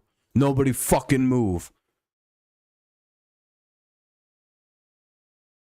Is there a pitching change? Mound visit? Something? Kind of late to start doing fucking mound visits and pitching changes there, AJ. We've lost this game already. Next guy up's hitting a home run. Who's up next? White? Contreras? Yeah, Urbina? Yeah, he's hitting a home run. We will lose this game. Very easily to see. I don't even know what. How'd we not get an error on that last? Did they just like quit playing the game or something? Like what the fuck happened? Did everybody just go, all right, we're all done. Ball game. Oh, they decided to finally announce the pitching change. The broadcast just went, we'll be back. They just left. Gardia's pitching, replacing. I don't know who the fuck any of these people are. Who's Dario Gardia? This is the worst part of spring training.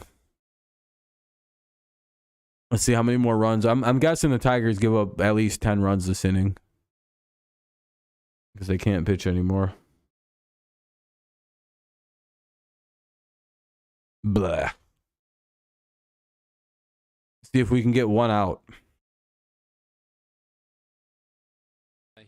They've had this out for about 20 minutes now. No. That's a pass ball.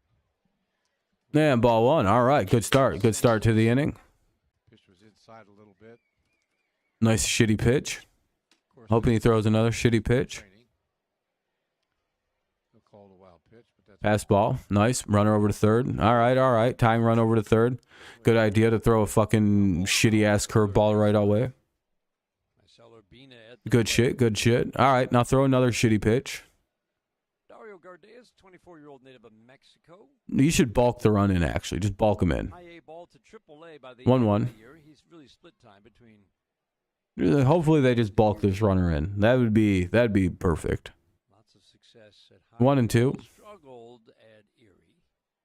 Come on, be a real pitcher. Bulk the run in. That's a good slider. Late break to it. Oh, they struck his ass out. Good pitching. Oh, those are some nasty looking pitches, actually.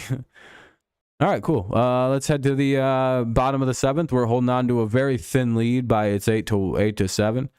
Looks like the Tigers have an option here of rolling over here in the 7th or doing some scoring themselves and killing the momentum. Because if not, they'll lose this game, 100%. Oh, the 7th inning stretch. 8-7 is the score. Hooray. A couple home runs have kind of fucked us. And then bad defense.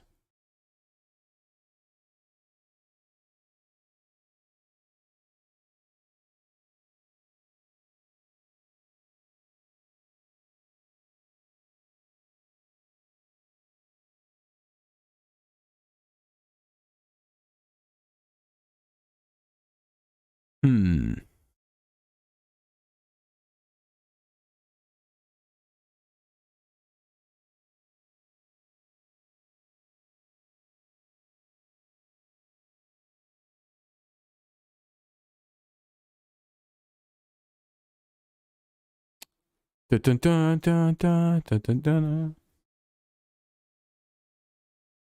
Amir, are you still listening? You know why I also think people are overreacting to the Jalen Ramsey trade? What exactly did he do last year? He wasn't good at all. He got burned all year. Started with fucking Stephon Diggs game 1. They lit his ass up from the start of the season to the very end of it. And now the Dolphins are about to pay this man $17 million, $24 million, and $25 million. And he's 29 years old. It's like, I think every other team just kind of went, nah, we're good on all that. I ain't paying that fucking contract. Yeah, I think they're going by the Ramsey of 2-3 years ago, not of the Ramsey that we just seen last year. That looked a little, not like Jalen Ramsey. Maybe he was just having a bad year. But when a 29-year-old corner starts to show that they are having bad years, that's a sign. Again, nothing against Jalen. He might even be borderline Hall of Fame, depending on how his career finishes up. But, you know, some corner goes quick. It's a quick position. It's like 1 year you got it, and then you don't, and then you just really don't. Game's back on. Almost disappeared. Can the Tigers, with Workman, Davison, Sands, do anything? Minnesota Twins. Matchup of the lefty Workman against the righty Hoffman. First pitch, 96 mile an hour. Yep, it happens. And if you can't switch to safety because you're not physical enough, it's kind of a death sentence. The infield for the Twins. 4 guys you really didn't know to start the game. Workman's in. I don't know what's going on because this thing froze. They're not saying the counts anymore. 2 hits, 2 earned runs, 1 walk, 4. What's the non-roster invitee? They brought a few of those. Yeah, that's what I mean, Amir. He's a great player, but it's like I think he might be past his prime. pitcher on the high side. Yeah, I mean, it's definitely a boon. 9 with a strikeout an inning, the 2-1. Gage Workman swings and misses. 2 balls and 2 strikes. Okay, 2-2. 7 years in the major leagues for Hoffman. Last year, really the first time he tasted any measure of success. Really annoyed that the fucking thing always Yes, he did. freezes. Third base umpire Sean Barber. And he's out. So 1 away here in the inning. Tigers did all their scoring in the first 3 innings after the Palacio. Yeah, Tigers are doing nothing. What happened? Come on, guys, do something. Twins pitcher Get a hit. now retired 11 in a row with a whole bunch Damn, we're at of 11 straight retired. That's embarrassing. 7 batters have struck out. Sheesh. It's 3 straight innings worth of just getting set to almost 4, really. First pitch swing and a miss. 0-1. Playing 2K and chilling. For sure. I was just wondering before I started talking about one of the things you brought up. I didn't want to feel stupid and just be like, yeah, there was a guy in here that was talking about this a little bit ago.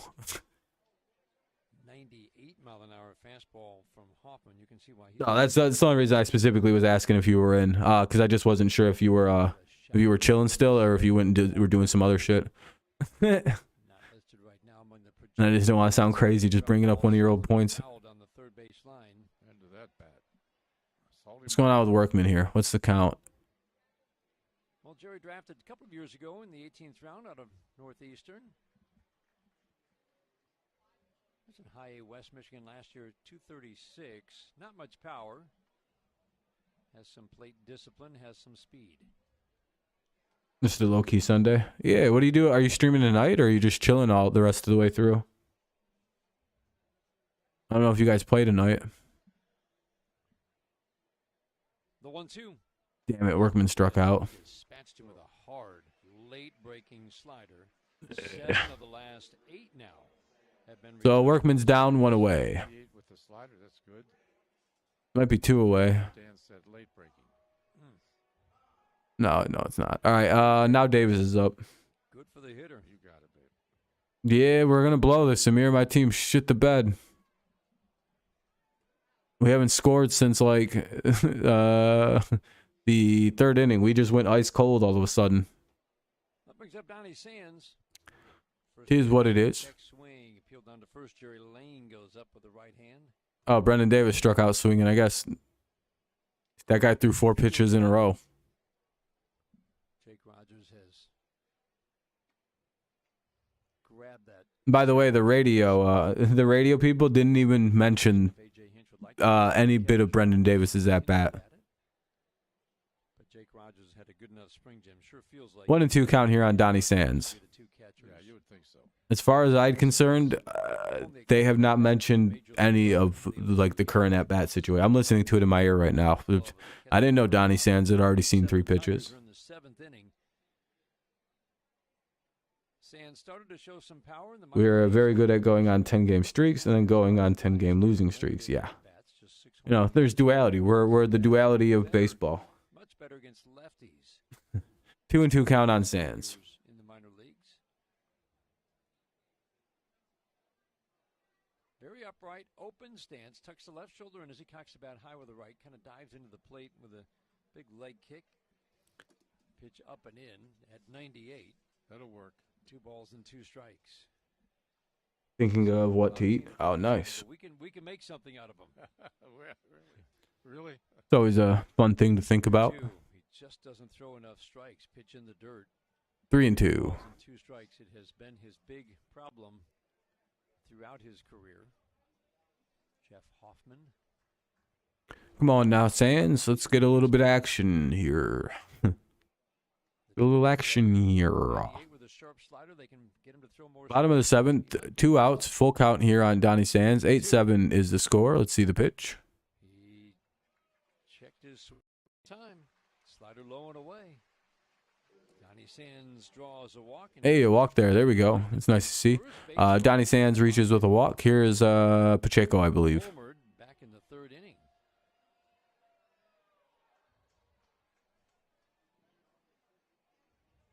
Ball 1 already to Pacheco. See if the Tigers can get something started here. I don't really know what's in Florida, so I can't really suggest anything. Chicken is always good. Pacheco batting. First pitch low and inside. Hard slider down to his back right. Don't know if you're wanting to eat out, if you're just trying to make something.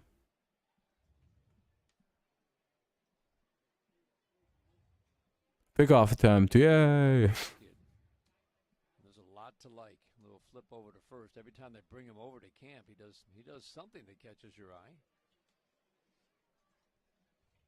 2 for 3, scored a couple of runs. He's also walked a couple of times so far this spring. The 1-0, swinging a foul. Parker Meadows is a pretty good example of. So also, Jalen Ramsey guaranteed his next 2 years contracts. So like, he's getting a lot of goddamn money paid, man. Like those are guaranteed hits now. I think it's like a guaranteed 17 and a guaranteed the hell did I just see? Played down here in Florida for Lakeland last year at A-ball, swing and a miss, but just all the things that a high school kid is learning to live on the road and take care of themselves on the road. It's a different world. Mommy's not there to take care of you. It's a lot. Oh, by the way, you're going to play through a grueling schedule and in some heat in Florida and figure out if you can hit these guys who are certainly you're going to face a lot more quality competition than you did in high school, right? No doubt about it. But Parker Meadows, it took quite some We got 2-2 count. Parker Meadows really finally What's Pacheco gonna do? several years in the minor leagues. He'll toss over to first, and suddenly he's gone from being a Another pickoff attempt. Oh, I hate pickoff attempts. was fading away to very much back in the Tigers' plans for the future with a terrific spring. Isaac Pacheco has impressed every time he's come over from the minor league camp. The 2-2.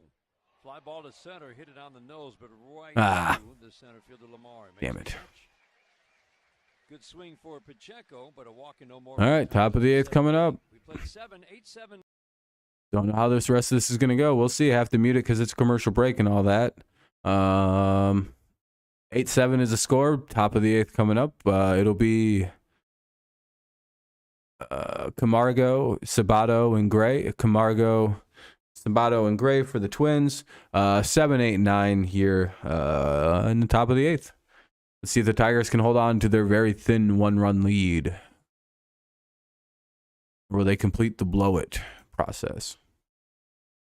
Really doesn't really matter. Again, after about this point in the game, it ended.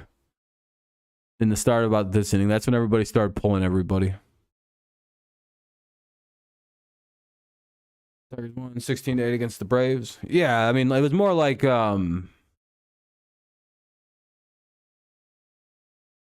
8-7 was the actual win. Because you got to remember that like anything that happens after the 6th inning is kind of flaky. Again, you're seeing the back end of the minor league bullpen stuff. A lot of young guys in the field that may not know how to field quite properly. It's like, I don't know. Like, as a rule of thumb, I never take anything after the 6th inning too serious. So yeah. It's just like, whatever. It wouldn't be even that crazy if the Twins won by like some fucking stupid score like 13-8.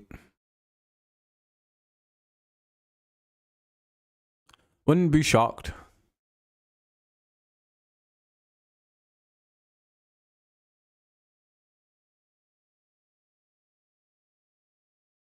Mainly just because the fucking preseason is what it is.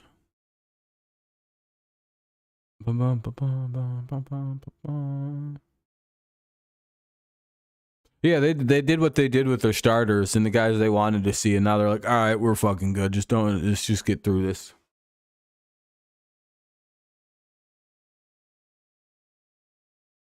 Oh.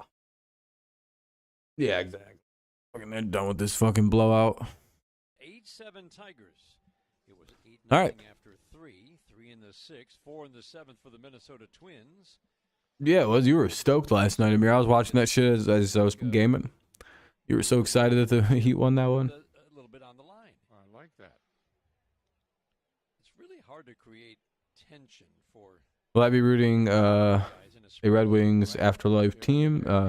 This is about as close as you're going The Toledo Walleye, since they're doing good. Hell yeah.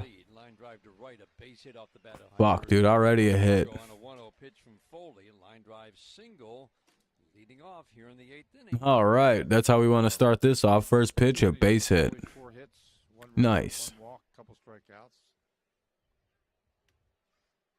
Yeah, I mean, yeah, you always want to beat a rival. Yeah. All right, the 7-hitter reaches, so here we go. Right back to it. Yeah, you got to shush the Heat crowd. Batter, first pitch, check swing, 94-mile-an-hour fastball on the appeal to first. He did not go, ball 1. What do you mean predictions? No, I don't know. I don't really do a lot of predicting like that. On the outside edge.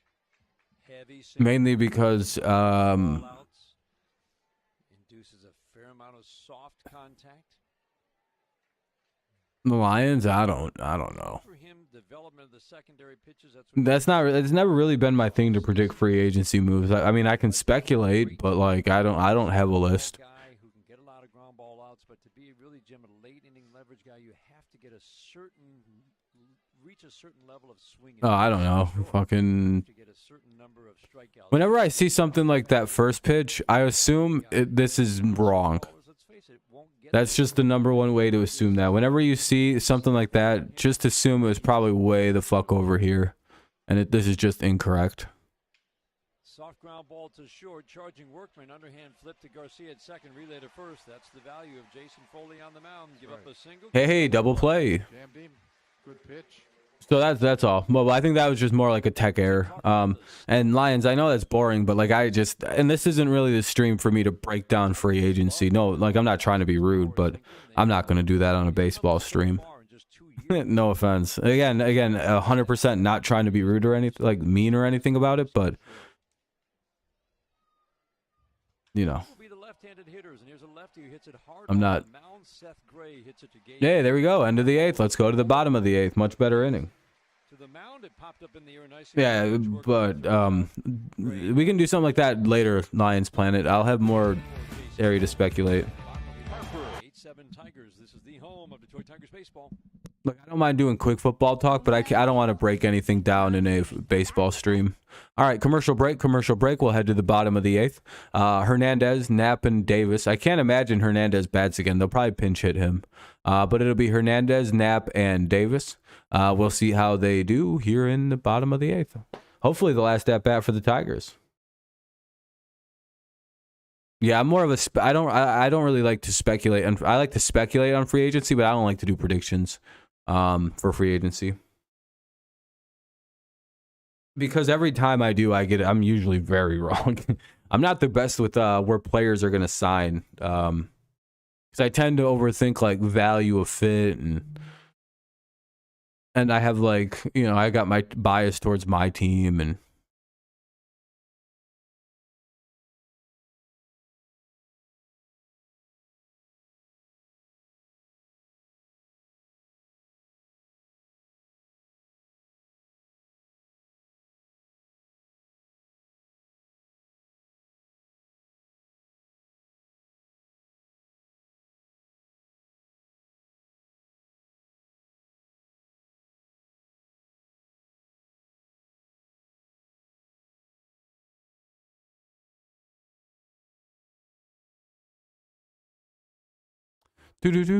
Sorry, just got distracted.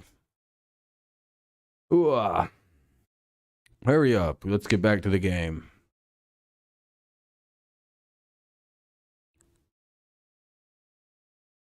Game feels like it's lost a little bit of a lure to it, I would have to argue.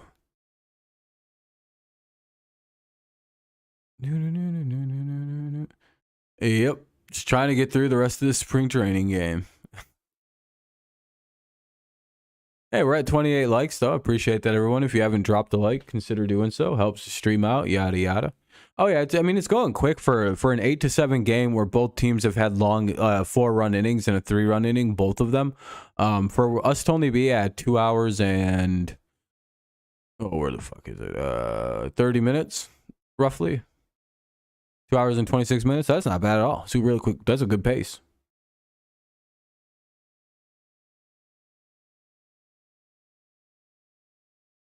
One away. What's up, Adam? Day's going good. Day's going good. Just kind of chilling, watching the end of this Tigers game.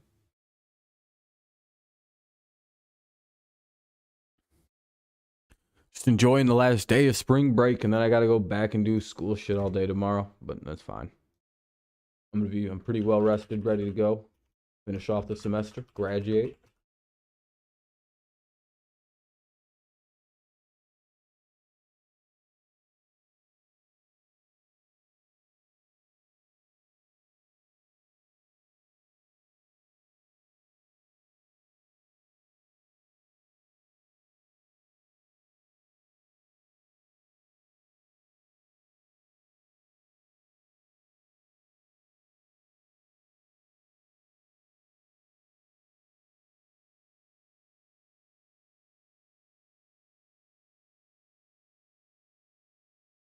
All right.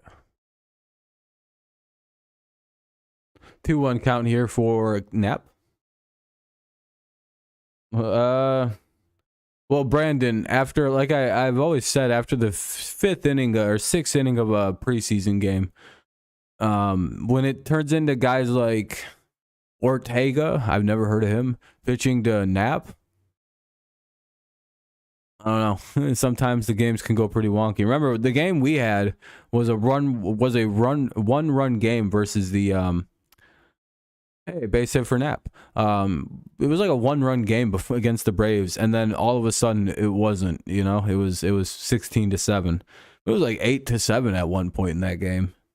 And then, like, you know, everybody started pulling their starters, and the Tigers just went, and now we have 16 runs. I don't know. It's like spring. I don't know. Spring training is weird, dude.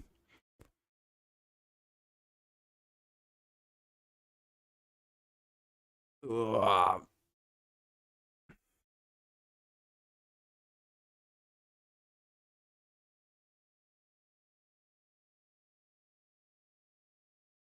Like an example is the Cardinals, right? They're up 5-1 right now on Washington.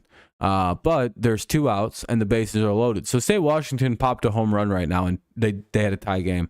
That doesn't tell the whole, like, that just makes it, you know, looks like the St. Louis blew it, but it's like, you mean like their backups blew it. Missed by Ortega. Ball 1.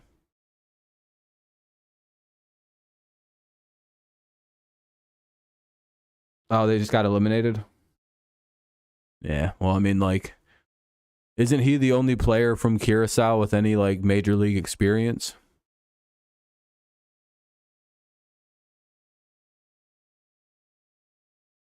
Yeah. The end of the game is just trying to see what you got, see how they play. Hey, we're up at 31 likes. We broke into the 30 sphere. I appreciate y'all.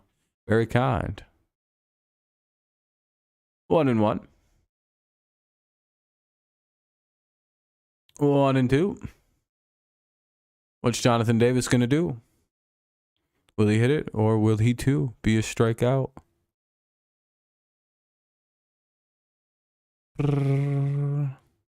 Yeah, I don't think there's a lot of people from Curacao or whatever, however you say that. Curacao. I'm thinking it's Curacao. Dun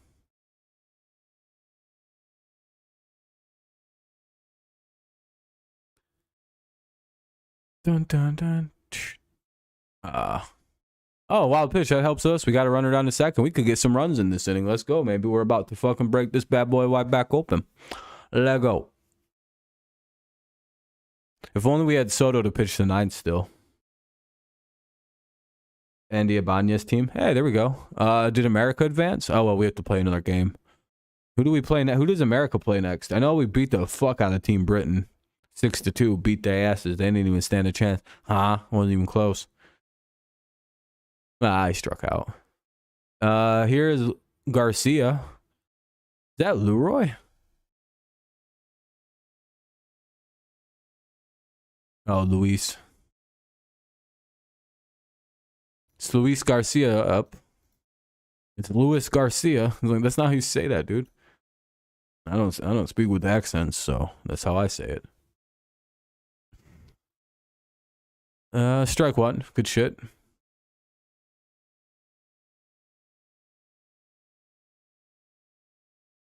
Oh, fuck. How'd they do in their first? Did Mexico win their first game? How are they? They got some really talented players on that team. I don't know about if we're gonna win that one. Fuck. The bullshit. At least we didn't have to play like Venezuela or fucking the Dominican Republic yet.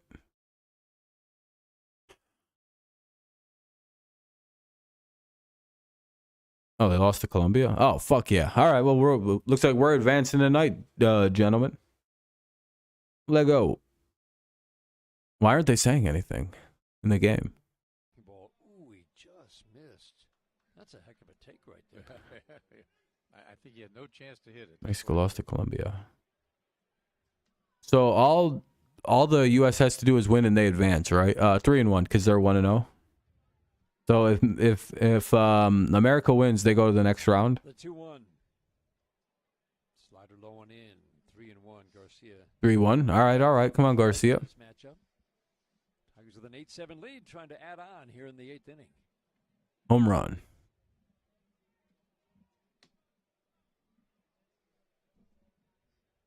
Just predicted the future. He hits a home run. The 3-1 pitch.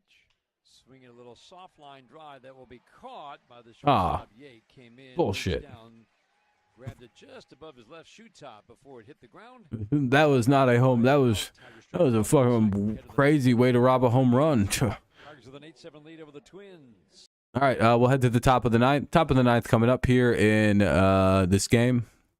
Hopefully the Tigers can end this game so we don't have to see the bottom of the ninth. It is 8-7. Tigers holding on to a 1-run lead. We'll see the top of their lineup in Severino, Larnack, and Kiersey Jr. I don't know why Larnack's still in there. He might be coming off an injury or something. But we'll see. Oh, you guys wound up winning? Hell yeah, good job. Undefeatable, unstoppable. The Chiefs are 13. The Royals are 13-2.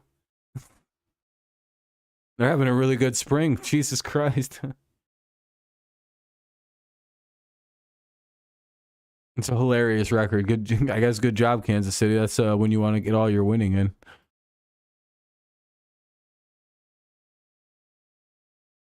Gotta love that. Seems like the wrong time of year to be really active and trying as hard as they are. But hey, you know, I guess their season started. That's what I mean about the Royals. It's like why are they 13-2? Like why is that a thing from them?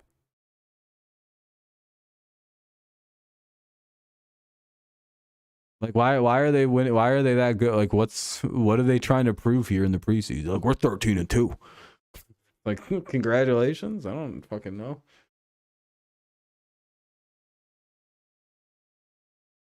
Oh, I saw a long commercial break. Foley's gonna pitch the ninth again. It looks like. What game's tomorrow? Is there actually one that's televised or anything like that?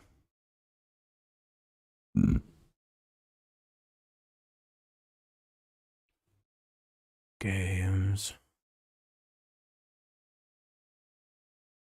One sec. I just got to see tomorrow. March 13th. It'll be on Bally Sports, and the other game won't be televised or picked up at all, it looks like, yeah. Okay, we'll figure that out.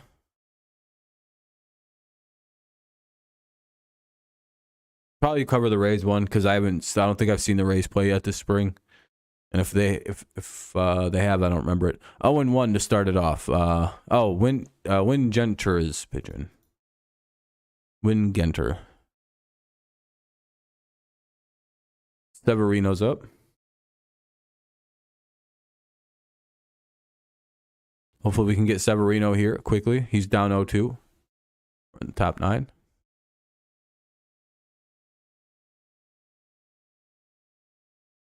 Damn, foul ball.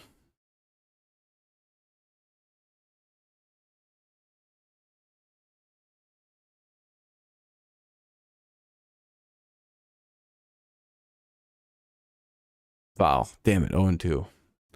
Connor remain 0-2. See if the Tigers can protect a 1-run lead and head home. What are they going to do for pitch 5? Probably another fastball.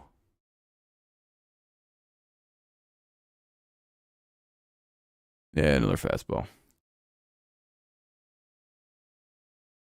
Yeah, Royals are, yeah, exactly, Amir. There's only a few. It's rare when they're good, and then when they're good, they usually are around the World Series picture. So they're fucking like unstoppable when they're good.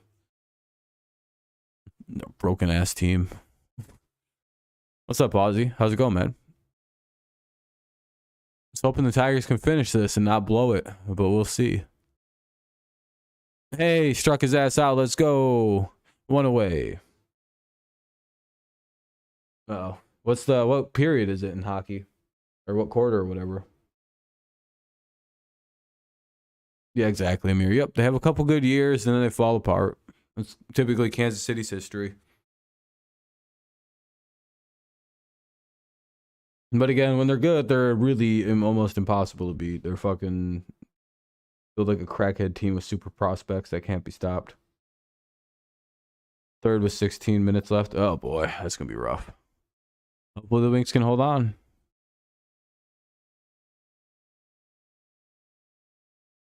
Yeah, it's 3-0. Fuck. Can't start walking people now. Schmidt is the pinch hitter.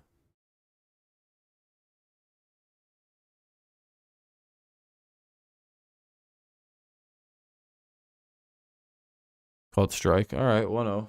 We're at 3-1.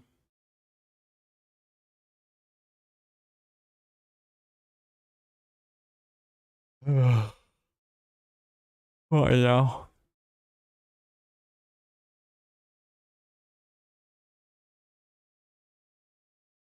All right, strike two. All right, full count, full count. Let's see if we can get the last one.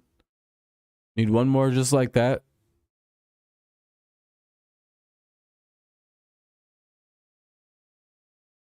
Or one more strike.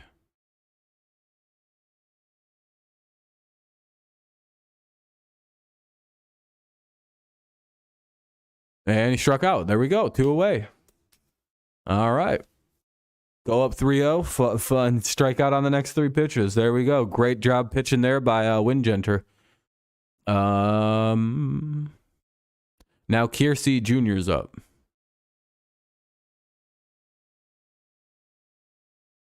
That was really good pitching right there. Miss high up 3 in a row, then throw same pitch in the same spot 3 times in a row. I think that works, by the way. If you find a spot where a guy just can't catch up to a fastball, you know, fucking gun it at that spot until he proves you otherwise. What's the point of playing games with some of these minor league players? Literally just, all right, I'm going to throw it 98, and these guys probably can't hit it because I'm going to throw it at the corners. I'm going to just throw this shit really low, and if he hits it, that's fine. But if he don't, I'll just get the easy strikeout. Fastball. He's thrown nothing but fastballs, by the way. He's thrown. Let's see, this inning. He's been nothing but fastballs. It's quite humorous.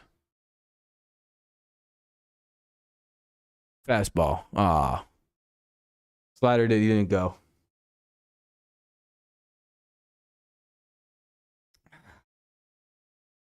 Now gun him high and away, high and inside, however you want to go after him. Throw him a high fastball now. Blip.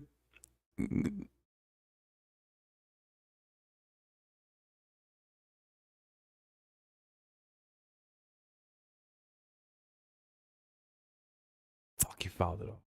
That was at 97.8. He threw that 98 miles an hour. He's trying to throw the gas by him. Close.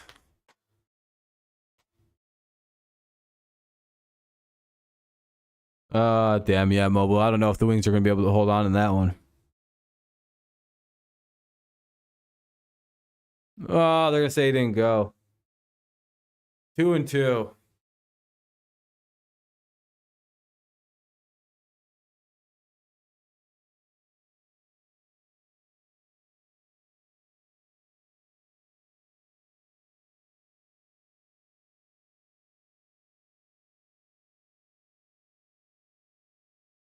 Hell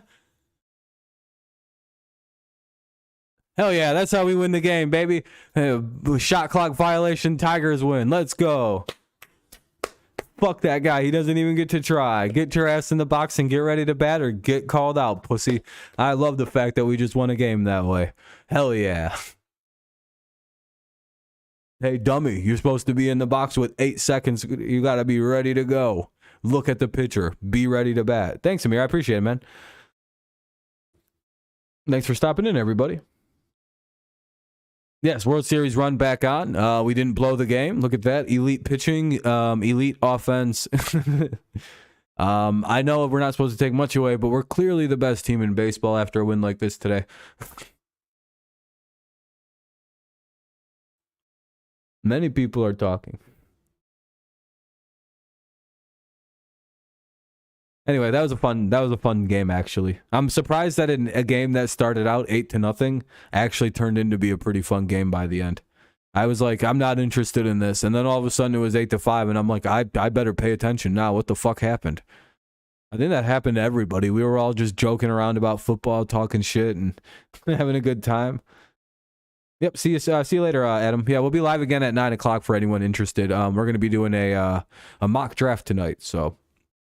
It's always fun, you know. Got the NFL draft coming up soon. Yeah, Ramsey went to the Dolphins. We'll have more to talk about that tonight, of course, because that probably does. Well, it doesn't really change much of the first round. Miami doesn't have any first, and the other does the Rams. Bringing Shepard back, most likely. Okay, that's a good move. Yep, for sure, Adam. Yeah, it was nice. It was nice. All right, everybody. If no one else has anything too crazy, again, we'll be live around 9:30. Well, 8:30, 9, somewhere like 8:30, 9 o'clock, somewhere in there. I'm trying to move forward a little bit each stream so I can get used to it. You too, Obama. You have a good one. But yeah, all right, everyone. We'll be live again tomorrow as well for the. We'll probably cover the Rays one just because the Orioles split squad game isn't anywhere on TV. It's just like it's barely known about, so there's not even a radio cast. So we'll just watch the Tigers tomorrow. Play the Rays. Yeah, see you guys later tonight then. Go Lions, go Tigers, and of course it's always go Patriots. Tigers are officially at 10 wins this spring. Yep, have a great rest of the day, everybody. Mobile, thanks for coming in. Amir, Harley, Adam, Obama, Mobile, everybody. Thank you guys. I didn't say your name. I apologize. I feel bad now. I have to fucking make sure I didn't get someone who was talking. Ellen and Lions Planet and Blue and fuck, I'm gonna forget everybody's name. All right, I'm sorry. I apologize, everybody. All right, that's that for me. I'll see you guys later. Peace out, and take it easy.